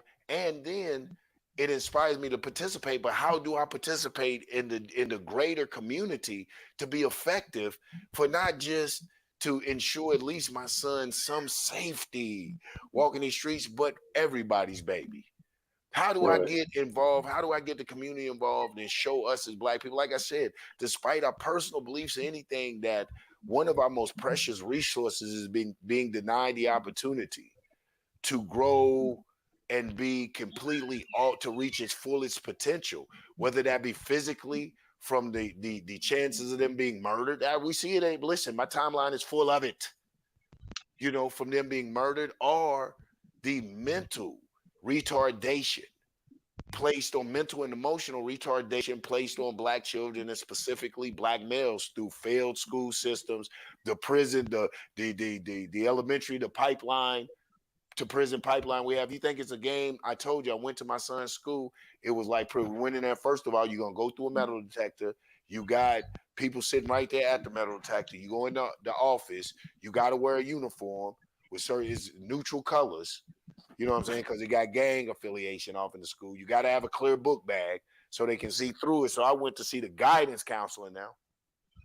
The first desk going to the guidance counselor. The guidance counselor is every bit of 6'4", 300, big man. I said, excuse me, I'm looking for the guidance counselor office. I didn't mean to security. Excuse me, where is it? He said, no, I'm the guidance counselor. Then I peeped around the corner. It was two more in there. I said, oh, I see why. They keep you in the door to let these knuckleheads know. I mean, that was the first humongous guy I saw. And he's a counselor. And I believe he probably has his little bachelor's in early childhood development and all that. But I bet you a lot of that is fight breaking up. That dude looked right. like the bouncer at the Foxy Lady. Or a CO in CO, prison. CO material, right? To the schools of concrete. So it is to get them in the mind state. That's what I call the mental retardation. To be accustomed to. That's what the projects was, the bricks. Well, we used to Right. call them coming up, bricks and steels to get us accustomed to incarceration. You And know what I'm then saying? this is the difficult part. And then your son, what he's going to get a scholarship to. Let's say he goes to Georgia. He goes to Georgia and he sees the other side. Is this how white people live? Right. See, that's Like that. See, what is Dad talking about? right. What would that mean? Well, I'm a senator. That's why I can appreciate his mother being the co-chair of the CPU community planning union or thing in here. So, huh? No, I said all wrong. Oh, vice president. Let me get it right. Vice president of the neighborhood association, who shouts out to her, is being honored in Atlanta with a mural. Yeah, they're gonna put her face on the wall. So I'm very proud of her. And it is, since the neighborhood is becoming to be gentrified. He sees political moving political maneuvering and wrangling, and he's privy to the meetings and everything going on that is going on through the house, and then his father, this staunch black nationalist, he paid me this awesome compliment. His little homie that comes over here, the little homie, man, I love him. You know, he was saying something. You know how little dude's mouth gonna get slick? And he said something slick, and my son said, "Yo, man, easy. Don't you know my father's the next Malcolm X?" Basically, he telling him, "Don't get no lecture." That's what he's telling him. But I took it another way. Fuck it, I'll take it as a compliment. You know what I'm saying? But because he knows in what lecture style it is going to be. Anyway, so he's hip to that. I think that he's hip to black excellence and the potential for black excellence within him and all his people. What I'm scared is I gave him too much of it. I don't know if he's really understands the dangers of what I have named, and I know I'm gonna get some feedback. Niggerism. I'm like, damn, did I set him up? Did I give him a utopic interpretation of black? I'm scared. Look, y'all beat me up. Oh, see, Yanga. Oh, black nationalists said, yeah, man, beat me up. I got babies. And we in this real shit. And these little youngins ain't acting right. I don't want them to kill mine over a misguided acceptance of skin folk is my kinfolk. How do I get involved that keep my child's image of black people still at a, the possibilities are endless for us as a people. And at the same time, okay, all of us don't quite know how to achieve success. So we'll do less than nefarious, we'll do less than honorable shit to achieve it. How do you, and then you get on me for talking about black men and niggerism. How do y'all explain the distinction in behavior to your children? I call it black and niggerism. Please, I'm open for suggestions. How do you tell them, hey, man, that ain't what we do? What do you say? I mean, we a nigga, I'm a nigga, you a nigga too. That nigga is just a nigga not doing what we do. You know what I'm saying? I mean, how do you explain? That's why I'm very leery of that word. I use it too much. His mom and her family, his mom and them, it's a curse word in the house. If she hear him use it, you know what I'm saying? Yeah, I don't use it as much as I used to, but if you get me around my friends, it just flows freely. Exactly. Which I totally get that. Like I totally get that. But at some time I think that like when everybody is saying, okay, what does black mean? If we're demanding a distinction on what black is, I think that we have to be distinctive or demand distinction on what niggerism means, how we're going to hold it, what content. Now I know this will be an ongoing debate, whether it's a good thing, whether it's a bad thing, whether we've empowered it, whether we've culturally, socially made it acceptable because of the A and all that. Great discussions, but what do we use to make the distinction between productive behavior and anti-productive behavior, what I call black or black African here in America?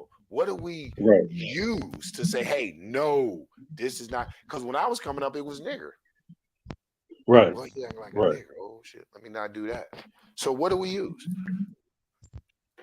Who's that getting on? Let me put whoever. Hold on, man. Let me grab these specs. That's Mr. T. Let me add him. It's my guy. Peace, man. Peace. What's good, brother? I tried to get on earlier, but you know how my phone is, so I had to wait until I got home. Mm-hmm. Let me say, Eric, man, he's probably gone by now. I appreciate Eric Bond falling through. Wish he'd have jumped on the panel. Enjoyed his him on the panel the other day, man. He's always welcome up here when he sees my name in the whatever. Jump up here, get at me. What's going on, T, man? What's your take on this rant? What do you think? So you know what's interesting? It almost sounds like you heard the show that I did last night. I didn't, but I wish I did. I'm gonna go back and listen now. Put it off in the chat too. But no, I did it on the arena. But everything that you're talking about as far as like the fathers and stuff, I'm right on it. As far as our kids, what do we do to, what do we do for our kids? But I wanted to ask Nyami something real quick. So I didn't get, because I was in and out because it's real rainy. What's that? You hear that noise? Is that me? No, I was saying, what's up? Can you hear me? Oh no, I hear a bunch of like humming. I don't know where that's coming from. Oh, okay, it might be the trucks going by for me. Oh. Because we got a lot of rain going on down here, so I was in and out. But on the what was your take on the word nigger? Like, because I kept going in and out. The word nigger or or Yeah, as we well, nigga. I heard you breaking down nigger and nigga, like, so, but I didn't get the full context of what you were trying to say. Man, this is for me. It's a deeper conversation. But nigger, I was saying the plantation master wanted to create niggers, tools, commodities, something that could be bought and sold, and to place that mentality on black people or black African people in America that we're nothing more than commodity for white society. Our value is based on how much money or how much wealth we add to white society. To me, that's niggerism. I'm going to act in a certain way that, even in my if I become a thief and I'm stealing, I'm robbing, and I go to prison, that is also added value to the stock market. They make money off of that. So to me, that's niggerism. So, I'm sorry I for define interrupting. nigger. Oh, go ahead. Hot second, son. Please take this. I didn't put him up. Please, son. If you put him up or whoever put him up, please take Michael Jordan down. Yeah, All it's right, Michael very Jordan. distracting. Yeah. I'm gonna start getting on son about. I love you, son. I know we rock shows together, but now you're taking liberties, man. Take Because that Michael guy Jordan, down, man. Yeah, Michael Jordan ain't putting no money back into his exactly, community. The motherfucker's worth man. $1 billion, and he ain't putting a dime back in the community. So I don't fuck know him. how to Get get him him off the off there, and screen. I don't want to shut my show down. I don't know Yeah, how to fuck get him him. Get off him off the screen. there. Yeah. My bad, Yummy. So go ahead, and man, because I've been sitting there watching him for a second. I said I am gonna get into son's ass. Because you taking liberties now, bro. I don't want that big blockhead joke up there, man. Please get him off the screen. Get him on. So I see nigger to me as when in the 70s when you heard nigger, it was almost like a joke. Look at these niggas. It always was something. Niggas was doing something stupid. But in the 80s, when you had NWA talking about niggas with attitude, it was a group of young black people who was alienated inside the ghettos and had to make a way out of no way. And then they started making money. So the idea of the nigga is whatever we gotta do to make money or to get up out of the hood, we're gonna do it. And that's the mindset of the nigga. It's almost like street revolutionary, where whatever we need to do to survive, to make that money, even if it's reckless, we're gonna do it. And that's the paradigm of the nigga for me. So My man saves the day. Venkat again. I'm gonna get you that cape, Venkat. So you think I think Venkat is the one who put it up, because now I'm thinking I saw it on Facebook. Yeah, Venkat is the one who put it up. Venkat, I was gonna fuss it. So in your book, nigger is unacceptable and nigga is okay, right? You there, Yami? Oh, he muted out. Damn, I wanted to shit. We're gonna hold for a minute. We'll give them an opportunity to answer it, because those are great questions. Because I'm going somewhere. I'm going somewhere with it. Yeah, and I don't want to. A little bit out of it. Damn, Yami. Yeah, but in the middle of it, it became commercialized. That's where the change is.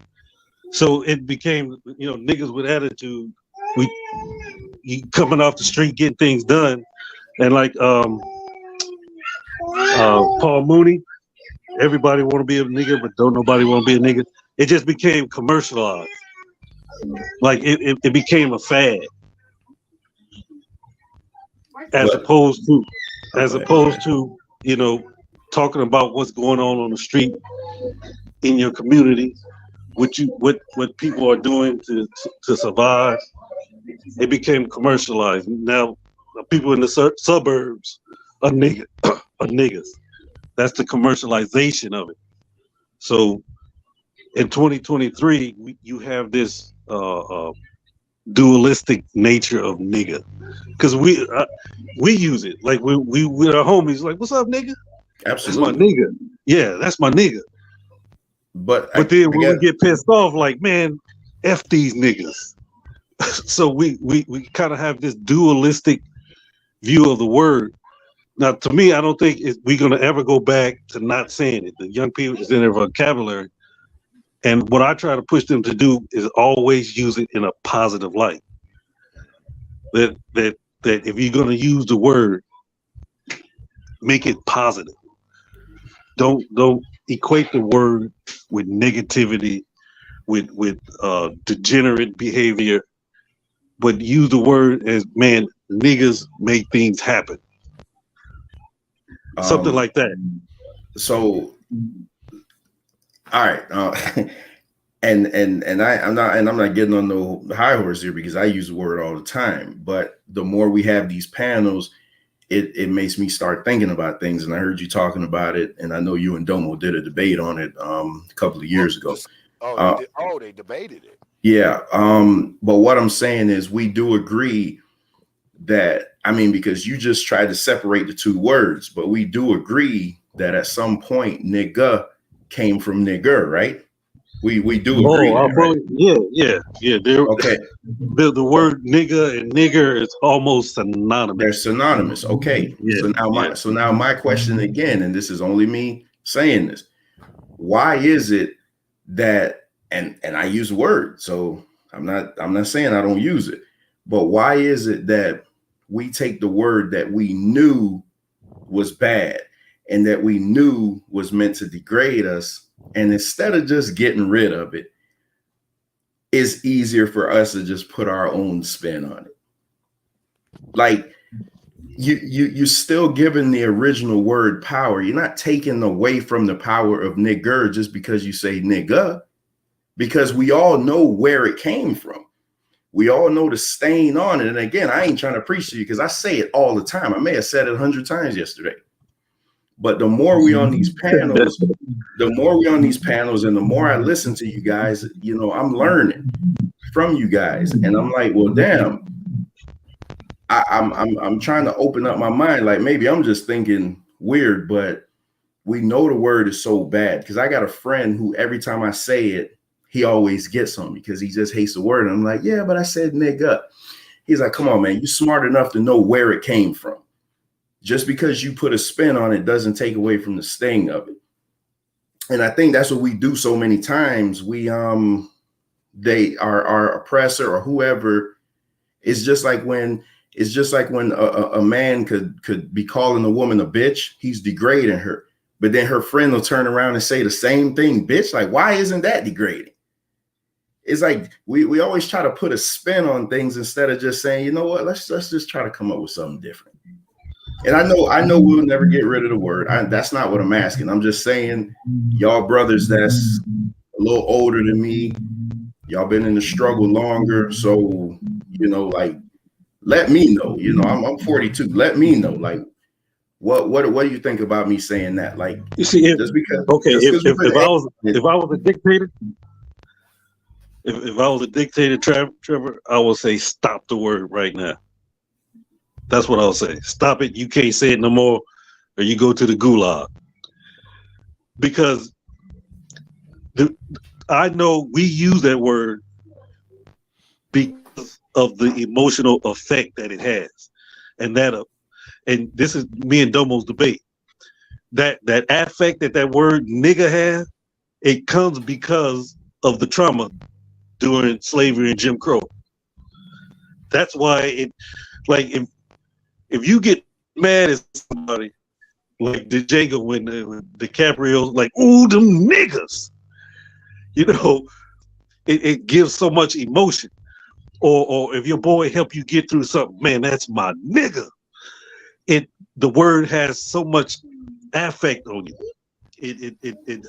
It heightens whatever emotion you're in when you say it. And I know that it comes from the trauma. So if I had my druthers, I would say stop saying it. But I know that's not a possibility. When I hear young people say it, man, it flows out their mouth like duh. They say it so much. So what I try to do is say, okay, I'm not going to try to be this old man talking about how bad the young people are. When you talk about your brother and you say nigga, make sure it's positive. Don't attribute the word in such a negative aspect that when people hear the word, they attribute black people to the negativities that happens in black culture. I don't think it's really any way around that. I think it's always going to have a negative connotation attached to it. No matter, even if we try to put a positive, we always be like this nigga. It will always have the connotation of something negative, and also we've lost control of the word. You can watch those fight videos. You ever seen other ethnicities fight? That's where I was going. That's where I was going. Yeah. Like, what's up, nigga? What's up, nigga? That's exactly where I was going.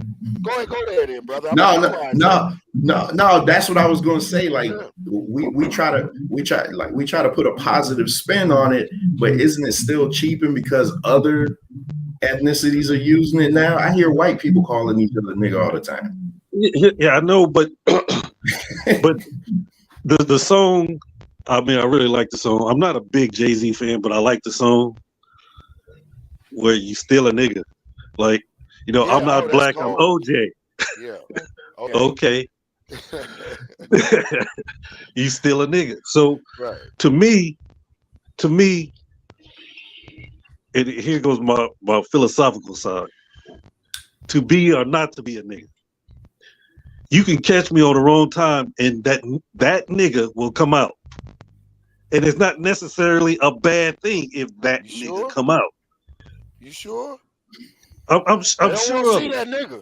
You ain't trying to see that nigga. But then don't mess with that. You, but it's bad for the nigga that got the nigga. Well, what did you do to get that nigga? I get it. I'm not saying it's not justified. What I'm saying is it still means the element of evil, the element of destruction, the element of I'm gonna get your ass. I'm not saying don't let your nigga come out. I'm just saying you calling it what it is. It's my nigga side. It's not my positive side. It's not my conflict resolution side. It's not my let's find up. It's my nigga shit. Yeah. And that's the point I'm making. Okay, but sometimes, just like in America, how many times have we negotiated and now we asking for reparations? And you still, we fought every war. We did everything we possibly could do, and now we need help. And you say none is coming? All right, now you get to see that nigga. But that's what I mean. Why? Why? Why you can't see an angry motherfucking black man? When you see that nigga, because an angry black man. Tell it. Why? You about to? What's wrong with an angry black man? But I'm saying, why you gonna see that nigga? Why you ain't gonna see an angry black man? Why you gonna see that nigga? Because they still gonna say that's an angry nigga. No, I don't care how. No, tell the truth. You gonna see that nigga because that nigga gonna fuck shit up. That's why you ain't saying angry black man. Nah, fuck an angry black man. This nigga, you gonna kick a window out the motherfucker when you go out. Boom! You gonna slap the white secretary, bitch. Pop! I been want to call you bitch. You know what I'm saying? You gonna act a straight nigga, an angry black man, but you gonna act a goddamn donkey. And so it still has the connotation. Now you could do all that and be an angry black man, but if you say it in conversation, they go, I went out that motherfucker like an angry black man. Oh, you did. But if you say, what did a nigga in that motherfucker? Everybody know what you meant. And that's what I mean. But we try to make it, but it's termed. We know what the fuck that is. Yeah. Right. But okay. I'm gonna give you this scenario. Let's say you gotta handle some business in the street. And you call your college educated friend and did you call the police? Did you file a report? Like, no, I can't handle this situation like that. I just need you to come with me. He's gonna say, no. So you call your nigga. Exactly. You call him and he's saying, what time you want me to be there? Exactly, to do some nigga shit. Yeah, We gonna fuck these niggas up on some nigga shit. That's why I'm not without saying question. everybody's If, questioning if I'm saying if it's right or wrong. I'm saying there is a distinction. You know what I'm saying? We gotta quit playing like it's all inclusive of black life and black. We make a distinction when we say nigga shit. And everybody's playing right, like, right, nah, you right, can't be a revolutionary saying that shit. r- Everybody know what nigga shit is. We can play the game. right, right. There's a distinction, but it doesn't necessarily mean it's bad. I don't argue that. I argue that it doesn't mean productive. It doesn't mean necessarily mean See, bad. It I doesn't necessarily disagree. mean good. I Maybe disagree. not It can productive. be It productive doesn't mean I don't think it means good. I don't not in our what we call it lexicon. What do you call language and understanding of not in the way we use it. Nobody ever builds a house and step back and say, well, I was on my nigga shit when I did that. Nobody does nothing good and Holiday was on nigga shit. Facts. Facts. There's some things that was maybe considered bad that I was on some nigga shit. I'm going. I'm going to say this. There was a year we was homeschooling, and my son, I think he was like 7 or 8. And back then in the '90s, you didn't have no packs. You didn't have these packs you have now, and I didn't have any books for him. So I went to the library, put some in my backpack, walked out, went to the nearest school, took some books out of it. That was some nigga shit I did. Why? You define it as that. I might define it as revolutionary shit. Why do you define it? The question is, why do you call it nigga shit? Because you was taking? Why did it pop up in your head as nigga shit?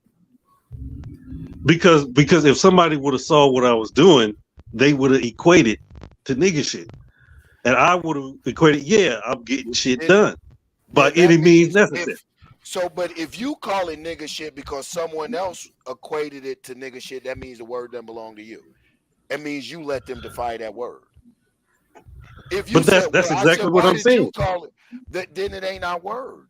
Like if I said, well, why did you think why didn't you say I'm appropriating reading material, some revolutionary shit? I'm taking from the oppressor, appropriate material. Why did it pop up nigga shit? I asked you. You said because if someone else would have seen me, they would have labeled it nigga shit. Therefore, the word doesn't belong to you. You didn't put the definition on the word. They did. And It in goes that you right back to popped the original root. Right, no, but original root. but that's exactly what I'm saying. And that goes with my dark side philosophy. That even though they might put a negative connotation, fall your ass down. That they might put a negative connotation onto it, just like they put a negative connotation on black. There was no black tribe.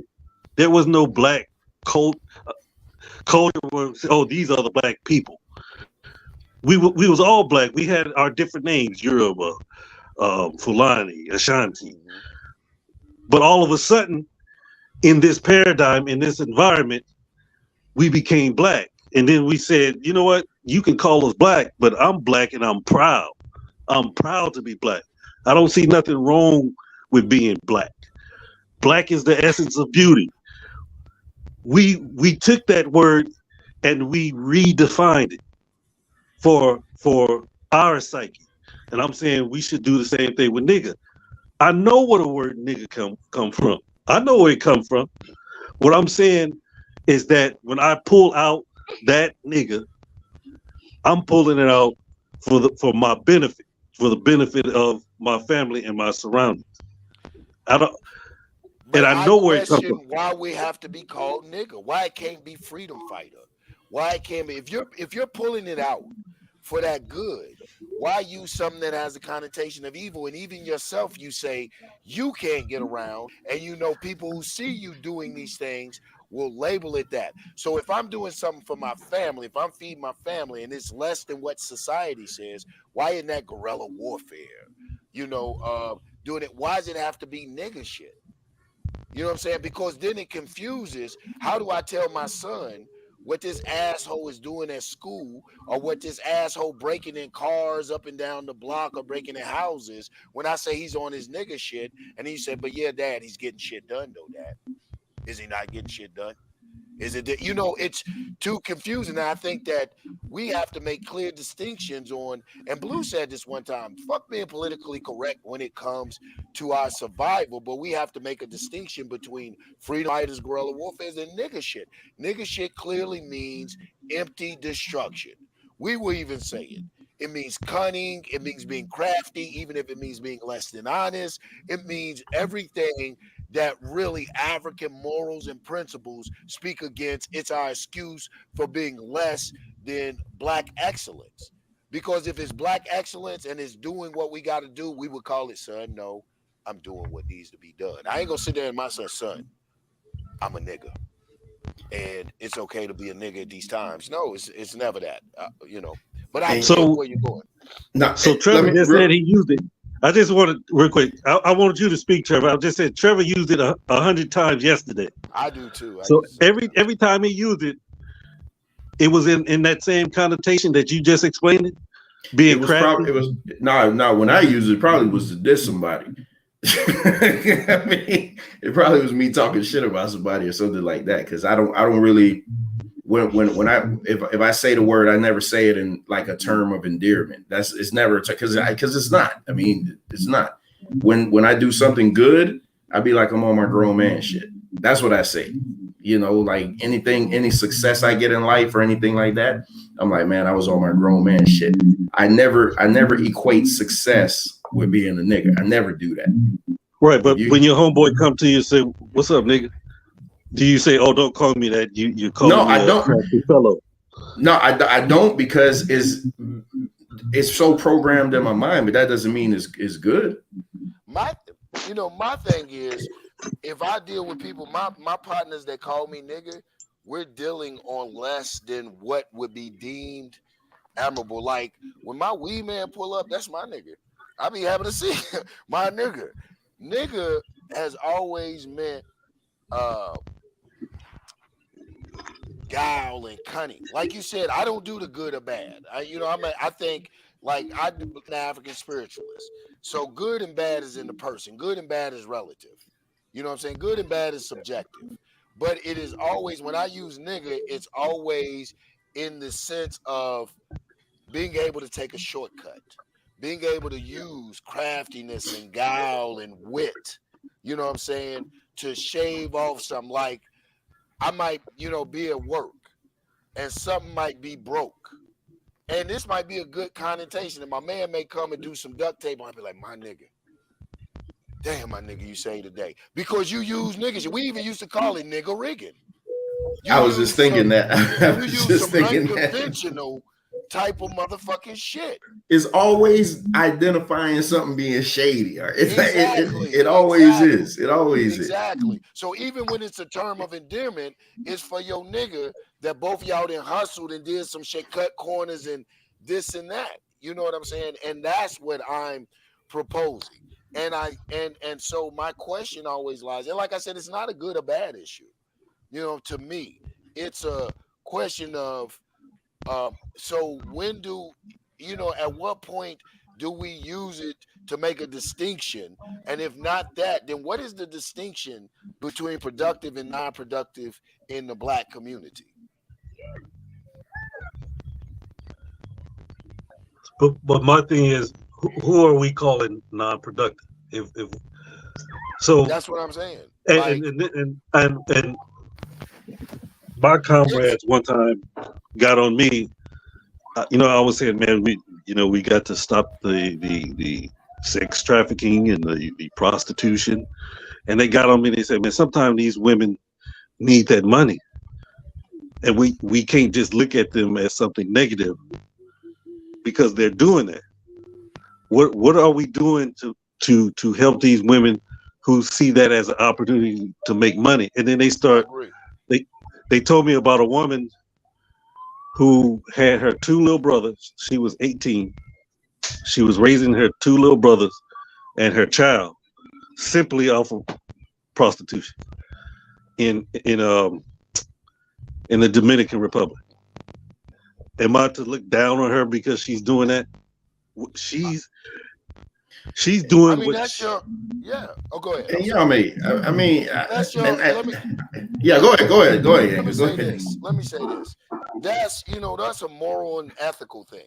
Me, in my perfect little impartial government, I would unionize them. I would protect them. They would get union cards. They would go get monthly free visits and checkups. In my perfect, I wouldn't place my religious morals on their work. I would fucking unionize them. Sex strippers and sex workers and stuff, and make sure they get health right, care. but somebody gonna say, "Yeah, you trying to push nigga shit." And they might very well say that's some nigga shit. It still would be attached to their morals and ethics and what they think less it in. That's my whole point. At no time, my point is not whether you think nigga, that's nigga shit. Okay, what I'm saying is that's still not a term of endearment. What people trying to push on me is that nigga is acceptable as a term of endearment. And even if that, they say, well, Yanga, you pushing nigga shit, because that means that's below their morals and ethics. That's what nigga means. Nigga means below morals and ethics. And there's no way somebody gonna push on me it means homeboy. Yeah, it means your homeboy that has less scruples or has used less scruples. And all of us, like I said, nigga ain't just a particular class. It's a psychological state. I think all of us possess a little nigga.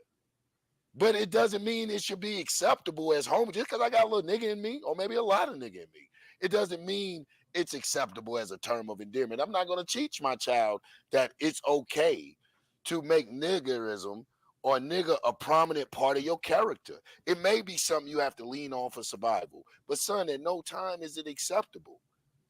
You know what I'm saying? If you got to lean on that, lean on your niggerism, and then become a revolutionary and change the society that says you have to become a nigga to succeed. We shouldn't want to live in a world where I have to be a nigga to succeed. You know what it's almost like? It's like when they say, "Oh, you talk black." Like, what is talking black? Like, they identify just because you may use slang and things like that, we're talking black. But then when a child talks proper and everything, oh, you talk white. So now, so why does proper talk have to be associated with white people, but all the bad talking has to be associated with us? So it's like Venkat's been my friend for over 30 years. I would never address Venkat like, "What's up, my nigga?" I just wouldn't do it. I'd call him bro, brother. And again, I'm not saying so because I don't want it to come off like I'm trying to be like moral police or something, because I use the word all the time. You heard last night, I probably dropped it 10 times on the live stream. So it ain't like, I'm just saying, like, at some point we need to just call it for what it is. It's, no matter how much we try to shine it up, it's still a derivative of a ugly, hateful word that was used to identify us. And I know that we can't get rid of it because it's so ingrained into our culture and our psyche. So really, this is just me basically venting on it, because I don't think anything could be done. I really don't. So I wasn't trying to press you or nothing. And Yami, it was just like, you were talking about it, but I was on the road. I was on the road at the time, so I wanted to get in, but I had to wait until I got home. So, and I will say this though. I mean, I'm glad you're over here, because I'm glad, I've still been in communication with the Dark Side members, because, so I'm glad that you're over here. Man, it's gonna come in this hot topic. Social cultural, man, in Yame. I think the thing of, and that's the whole thing about Black national, that's the whole thing of love of Black. I think that it does transcend certain institutions. Respect for every institution we belong to. I belong to a few myself. But if I belong to any institution that won't let me discuss the advancement and situations that face Black people, then I'm gonna go back to the excuse, and we may have a behind the scenes, a closed door, round room table, but I'm gonna be like, man, the call of my people is just too seductive. I have to answer it. And then I want to touch on the nigga thing too, because I don't want the issue to be diluted. I don't want it to be confused. It's not so much if I use the word. Yes, I use the word. It's not so much do I think the word exists. I question the liberalism and the ambivalence the total attachment to emotional, psychological, historical trauma to that word. We're really just trying to make that word like it's just that, something we say. And it really does have connotations. And I'm trying to say, hey, man, y'all not going to pull that is just a word that comrade stuff on me, even though I do use it, not as a term of endearment. I don't use it as a term of endearment. I use it as an acknowledgement, you know what I'm saying, of an achievement, whether good or bad, of an achievement not accomplished by conventional means, less than scrupulous means. And that's what and it may be degrees of niggerism, but niggerism has never held, like, to me, a term of endearment. It means what's up, king. It means good daddy. It means great husband. It means hard worker. It means nigga has never held any of that shit for me. And I question people who say, that when they say what's up, my nigga, they mean what's up, great father. Yeah. I Right. question that, man. That was me and Domo's debate. Domo was saying that it has become authentic. It's such an authentic word that it has transformed. And I said, no, it hasn't transformed. Its connotations it has double meanings. It definitely has double meanings depending on the person that use it. But it's ingrained in the culture. It's not going nowhere. It's not Right, going nowhere. I agree, and especially no time soon. But that's what we talk about, not just social cultural in conversation, but we talk about social cultural and repercussions. You know what I'm saying? Our culture has changed. There's a lot of things being said now that we wouldn't say. Like you said, the bitch thing. It wasn't so much that we was just that respectful of women. There was a real ramification behind saying bitch. Whether it came from another brother or it came from that sister herself. You know what I'm saying? I remember up in New Jersey, man, I mess around, and this was as an adult, talking to a sister queen. I'm in the movement. She was a Black Panther. I'm a Black Panther. And I mess around and was mumbling to some brothers walking off. At a meeting, I was disgruntled with the sister, and I did my machismo shit. I did my chauvinistic shit and let it slip out of my mouth because, like you said, some niggerism exists in me. So I was talking to the brothers, and I was like, man, I don't know what was wrong with that bitch. And she overheard it. And she said, brother, what'd you say? So now this macho shit then jumped in me. And I turned around and I don't know what's wrong with that. She pepper sprayed me before I had a chance to get that. And rightly so. And thank God she didn't wear my ass out. I was doing like this because I couldn't see. All I knew next was some fists were gonna start flying with brass knuckles. You know how y'all get down up in New Jersey and shit. Y'all don't carry guns, y'all carry hammers and shit. You know what I'm saying? Razor blades in your purse. But So yeah, no, just go said ahead, bro. things has changed big time. I remember Right. this, this has There's no repercussion 2015, behind it. 2015, the first time a dude over the internet called me a bitch ass nigga. Man, I wanted to buy a plane ticket because I come up, you didn't call nobody no bitch ass nigga unless you was No. ready. Right. And now I had to get used. Okay, this is what these people saying all the time. Just willy nilly calling somebody a bitch ass nigga. But when I was coming up, man, that was the ultimate. Okay, it's time to throw down. You didn't. Right. Right. What you said, once you call somebody a bitch ass nigga, you was ready for whatever after that, and it's commonplace. It's all over the internet now. Yeah. Yeah. Yeah. But that's what I'm talking about. The values, the devaluation, the demoralization, lack of ethics. And a lot of that is there's no repercussions. And it goes back to what I was talking about earlier, all the way back to the children, the power of CPS, Child Protective Services. How far is too much in disciplining your child? What is da da da? So all of that is interrelated. And there's no and this is why I think that we see this shift in the children getting more and more rambunctious, for lack of better words. Now I have a partner, going back to the nigger word. I have a partner, Samaj. Shouts out to Samaj and the anti-nigger usage campaign. And like we told him, and my brother Shaka, shouts out to Shaka too, told the brother, was like, realistically, it was like what you said, Inyame. Realistically, I don't know how practical it is to believe that we won't use the nigga word. You know what I'm saying? However, what we can do is begin to make it like a bad word for future generations. Those of us who like, something to it, let's not make it a term of endearment. Let's not just accept it. Let's talk to our children. It can start at home. You know what I'm saying? I can talk to my son like, yo, man, not cool. And then maybe when he gets with his partners, he's like, yo, man, don't call me that. You know, maybe if I give him a different understanding of the word, not to just accept it as a term of endearment, but almost like, man, he's basically calling you bitch ass nigga, then maybe he'll go, hey, man, don't call me that. You know, I know you use the word, bro, but don't call me that. You know, and we can begin to do it that way.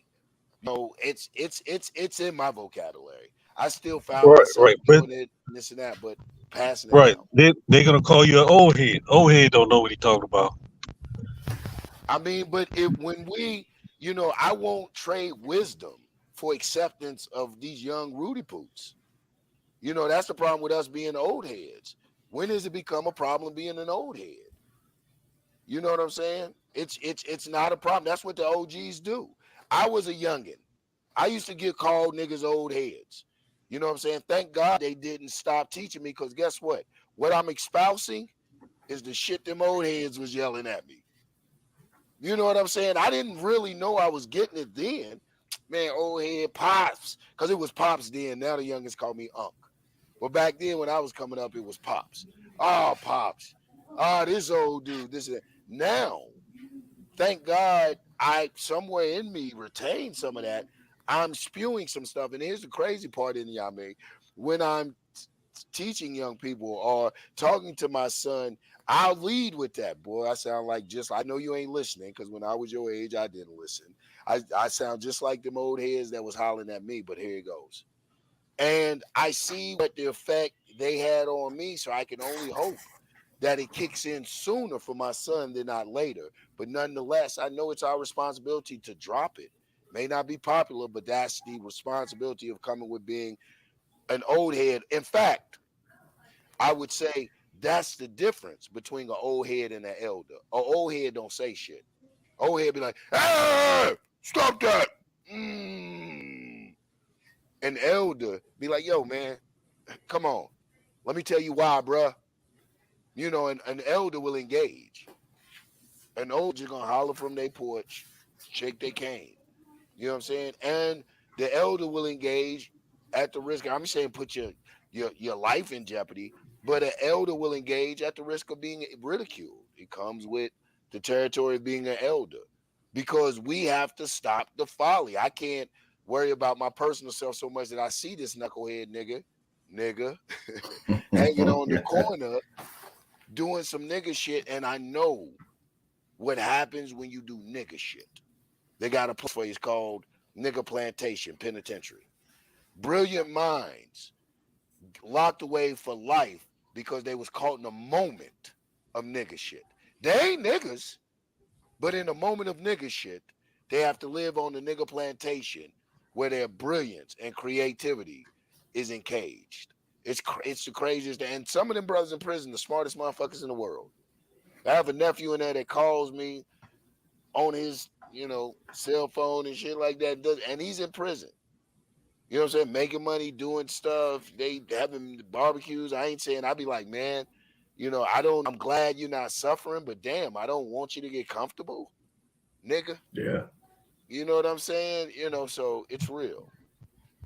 Hey, brothers, I gotta run. And Yame, This, like this, always. yeah. Hey, Yeah. this thing with the Yeah. arena and the dark side. I usually don't address that kind of stuff, but Yeah. I'm gonna address it because I really don't see the point in it. But I do want to address it. I want to address my dude Lex. I just got to figure out where I'm gonna do it at because Yeah. it's a lot to it. It's a lot to it. I definitely want to address it, but right now I got to run. It was good talking to you, Man, and this my conversation. You talk about day. blackology, Yeah. blackology, I can't miss it. I can't miss it.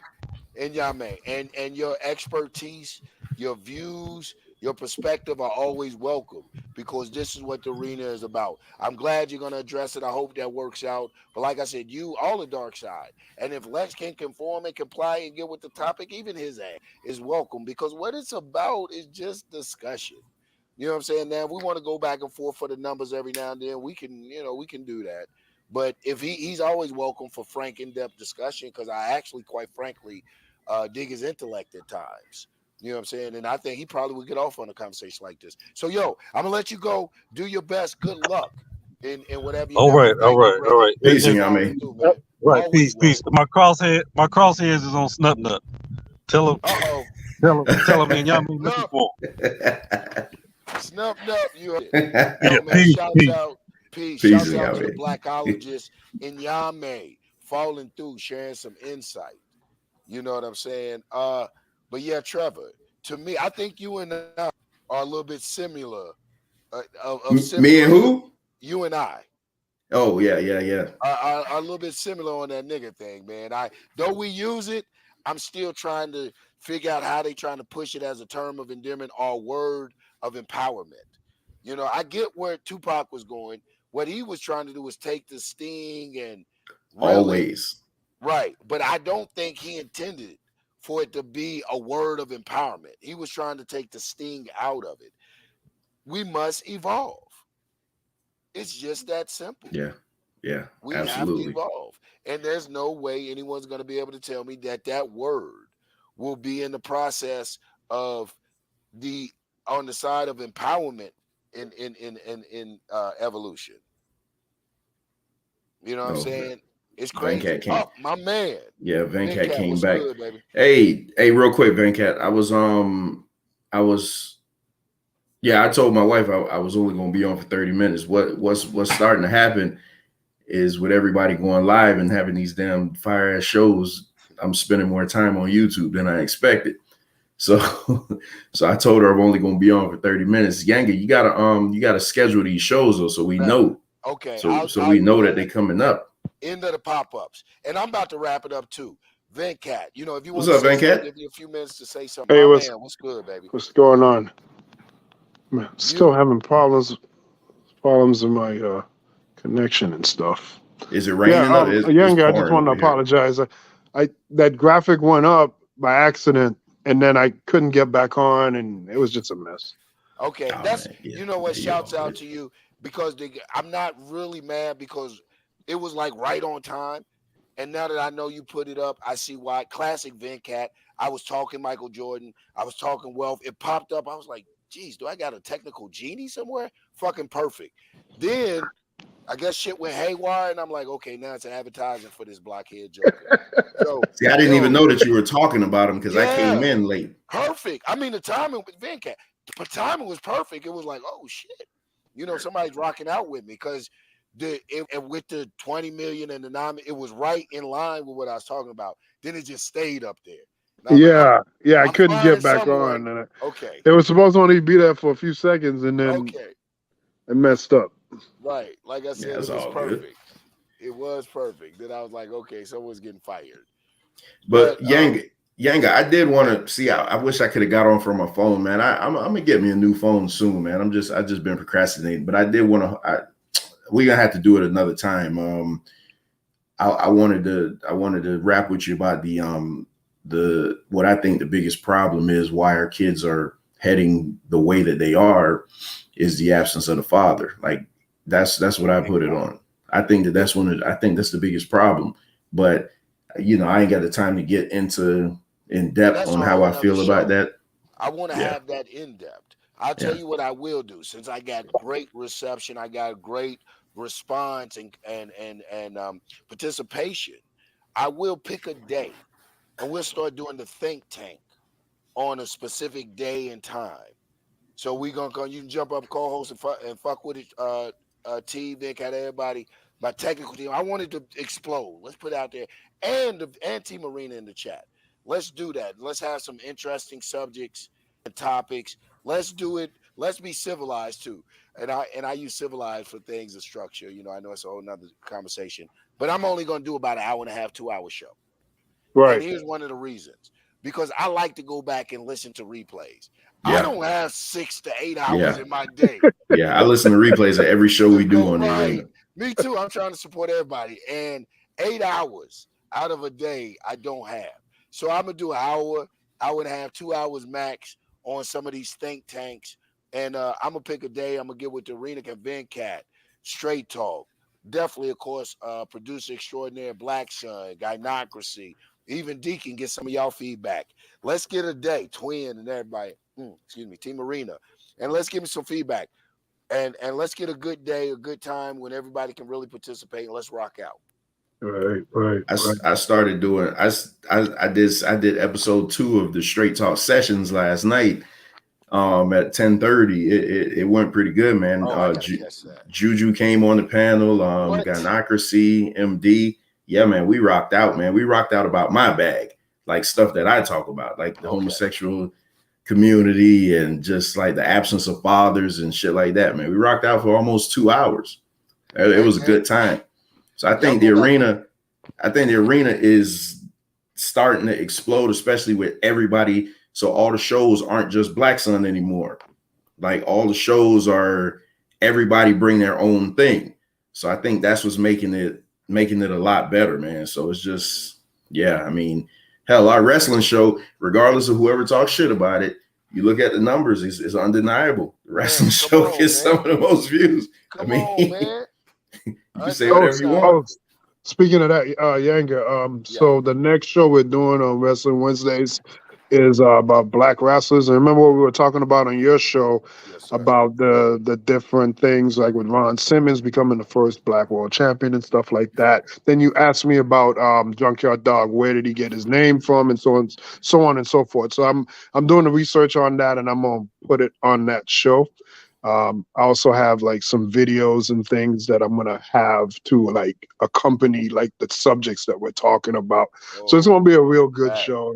I'm gonna be there. Watch the videos. Wednesday. Check us out. First, let me say this: go back, check Trevor's show out. Straight Talk with Trevor, episode 2. I know it was hot. Trevor, you always deliver a hell of commentary, man. I'm gonna go back and listen to it. Then I'm looking forward to Wrestling Wednesday. Y'all know I'm all on that Black stuff. And if you didn't catch the show with Cat and I talking about Junkyard Dog, my man Butler, his promoter, what's his name? Jerry Butler? Bill Watts. Bill Watts. Where the hell I get Butler from?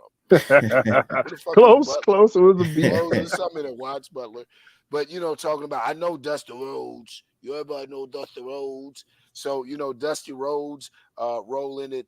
Check out us on Wrestling Wednesday.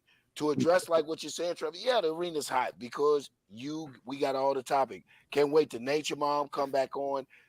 If it's related to us as a people and everything, this world is related to us, society, then we're going to address it here, from grocery store shopping to wrestling to whatever, you're going to find it here. Listen, I'm going to end it. You guys want to send shouts out?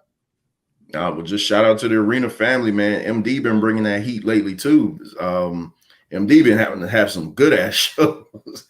Yeah. MD is I gotta sound, the arena heat bringer of the week. Yeah, we gotta say. She just woke up. I'm getting off. Oh God! First lady. First lady, you getting on. We're about to get off. We got to get some sleep so I can try to go. I woke up yesterday and just caught the tail end of her show, carrying that graveyard shift. First lady of the arena, Gynocracy, shouts out. You know what I'm saying? But yeah, man, shouts out Team Arena. Most heat bringer from Team Arena. I'm nominating MD this week. Shows have been fire. Bringing that heat. I was talking to Black Sun. I nicknamed MD the Arena Mythbuster. Boy, don't bring fantasy around. Yeah. I can't bring my children around MD. I'm scared he's gonna tell them Santa Claus is fake. MD ain't Santa Claus, the Easter, but anything. He is the Mythbuster. Shouts out to MD, man. Go back, check out his shows. I always look forward to him coming on. Again, man, I'm gonna rock it. Shouts out to Team Arena, Twin, Deacon, everybody, you guys on the panel, everybody, Kyrie the introvert, man. And I know if I didn't mention you, charge it to the head and not the heart. Is nothing but love from this side, man. And I'll catch y'all next go round. Peace. Peace. All right.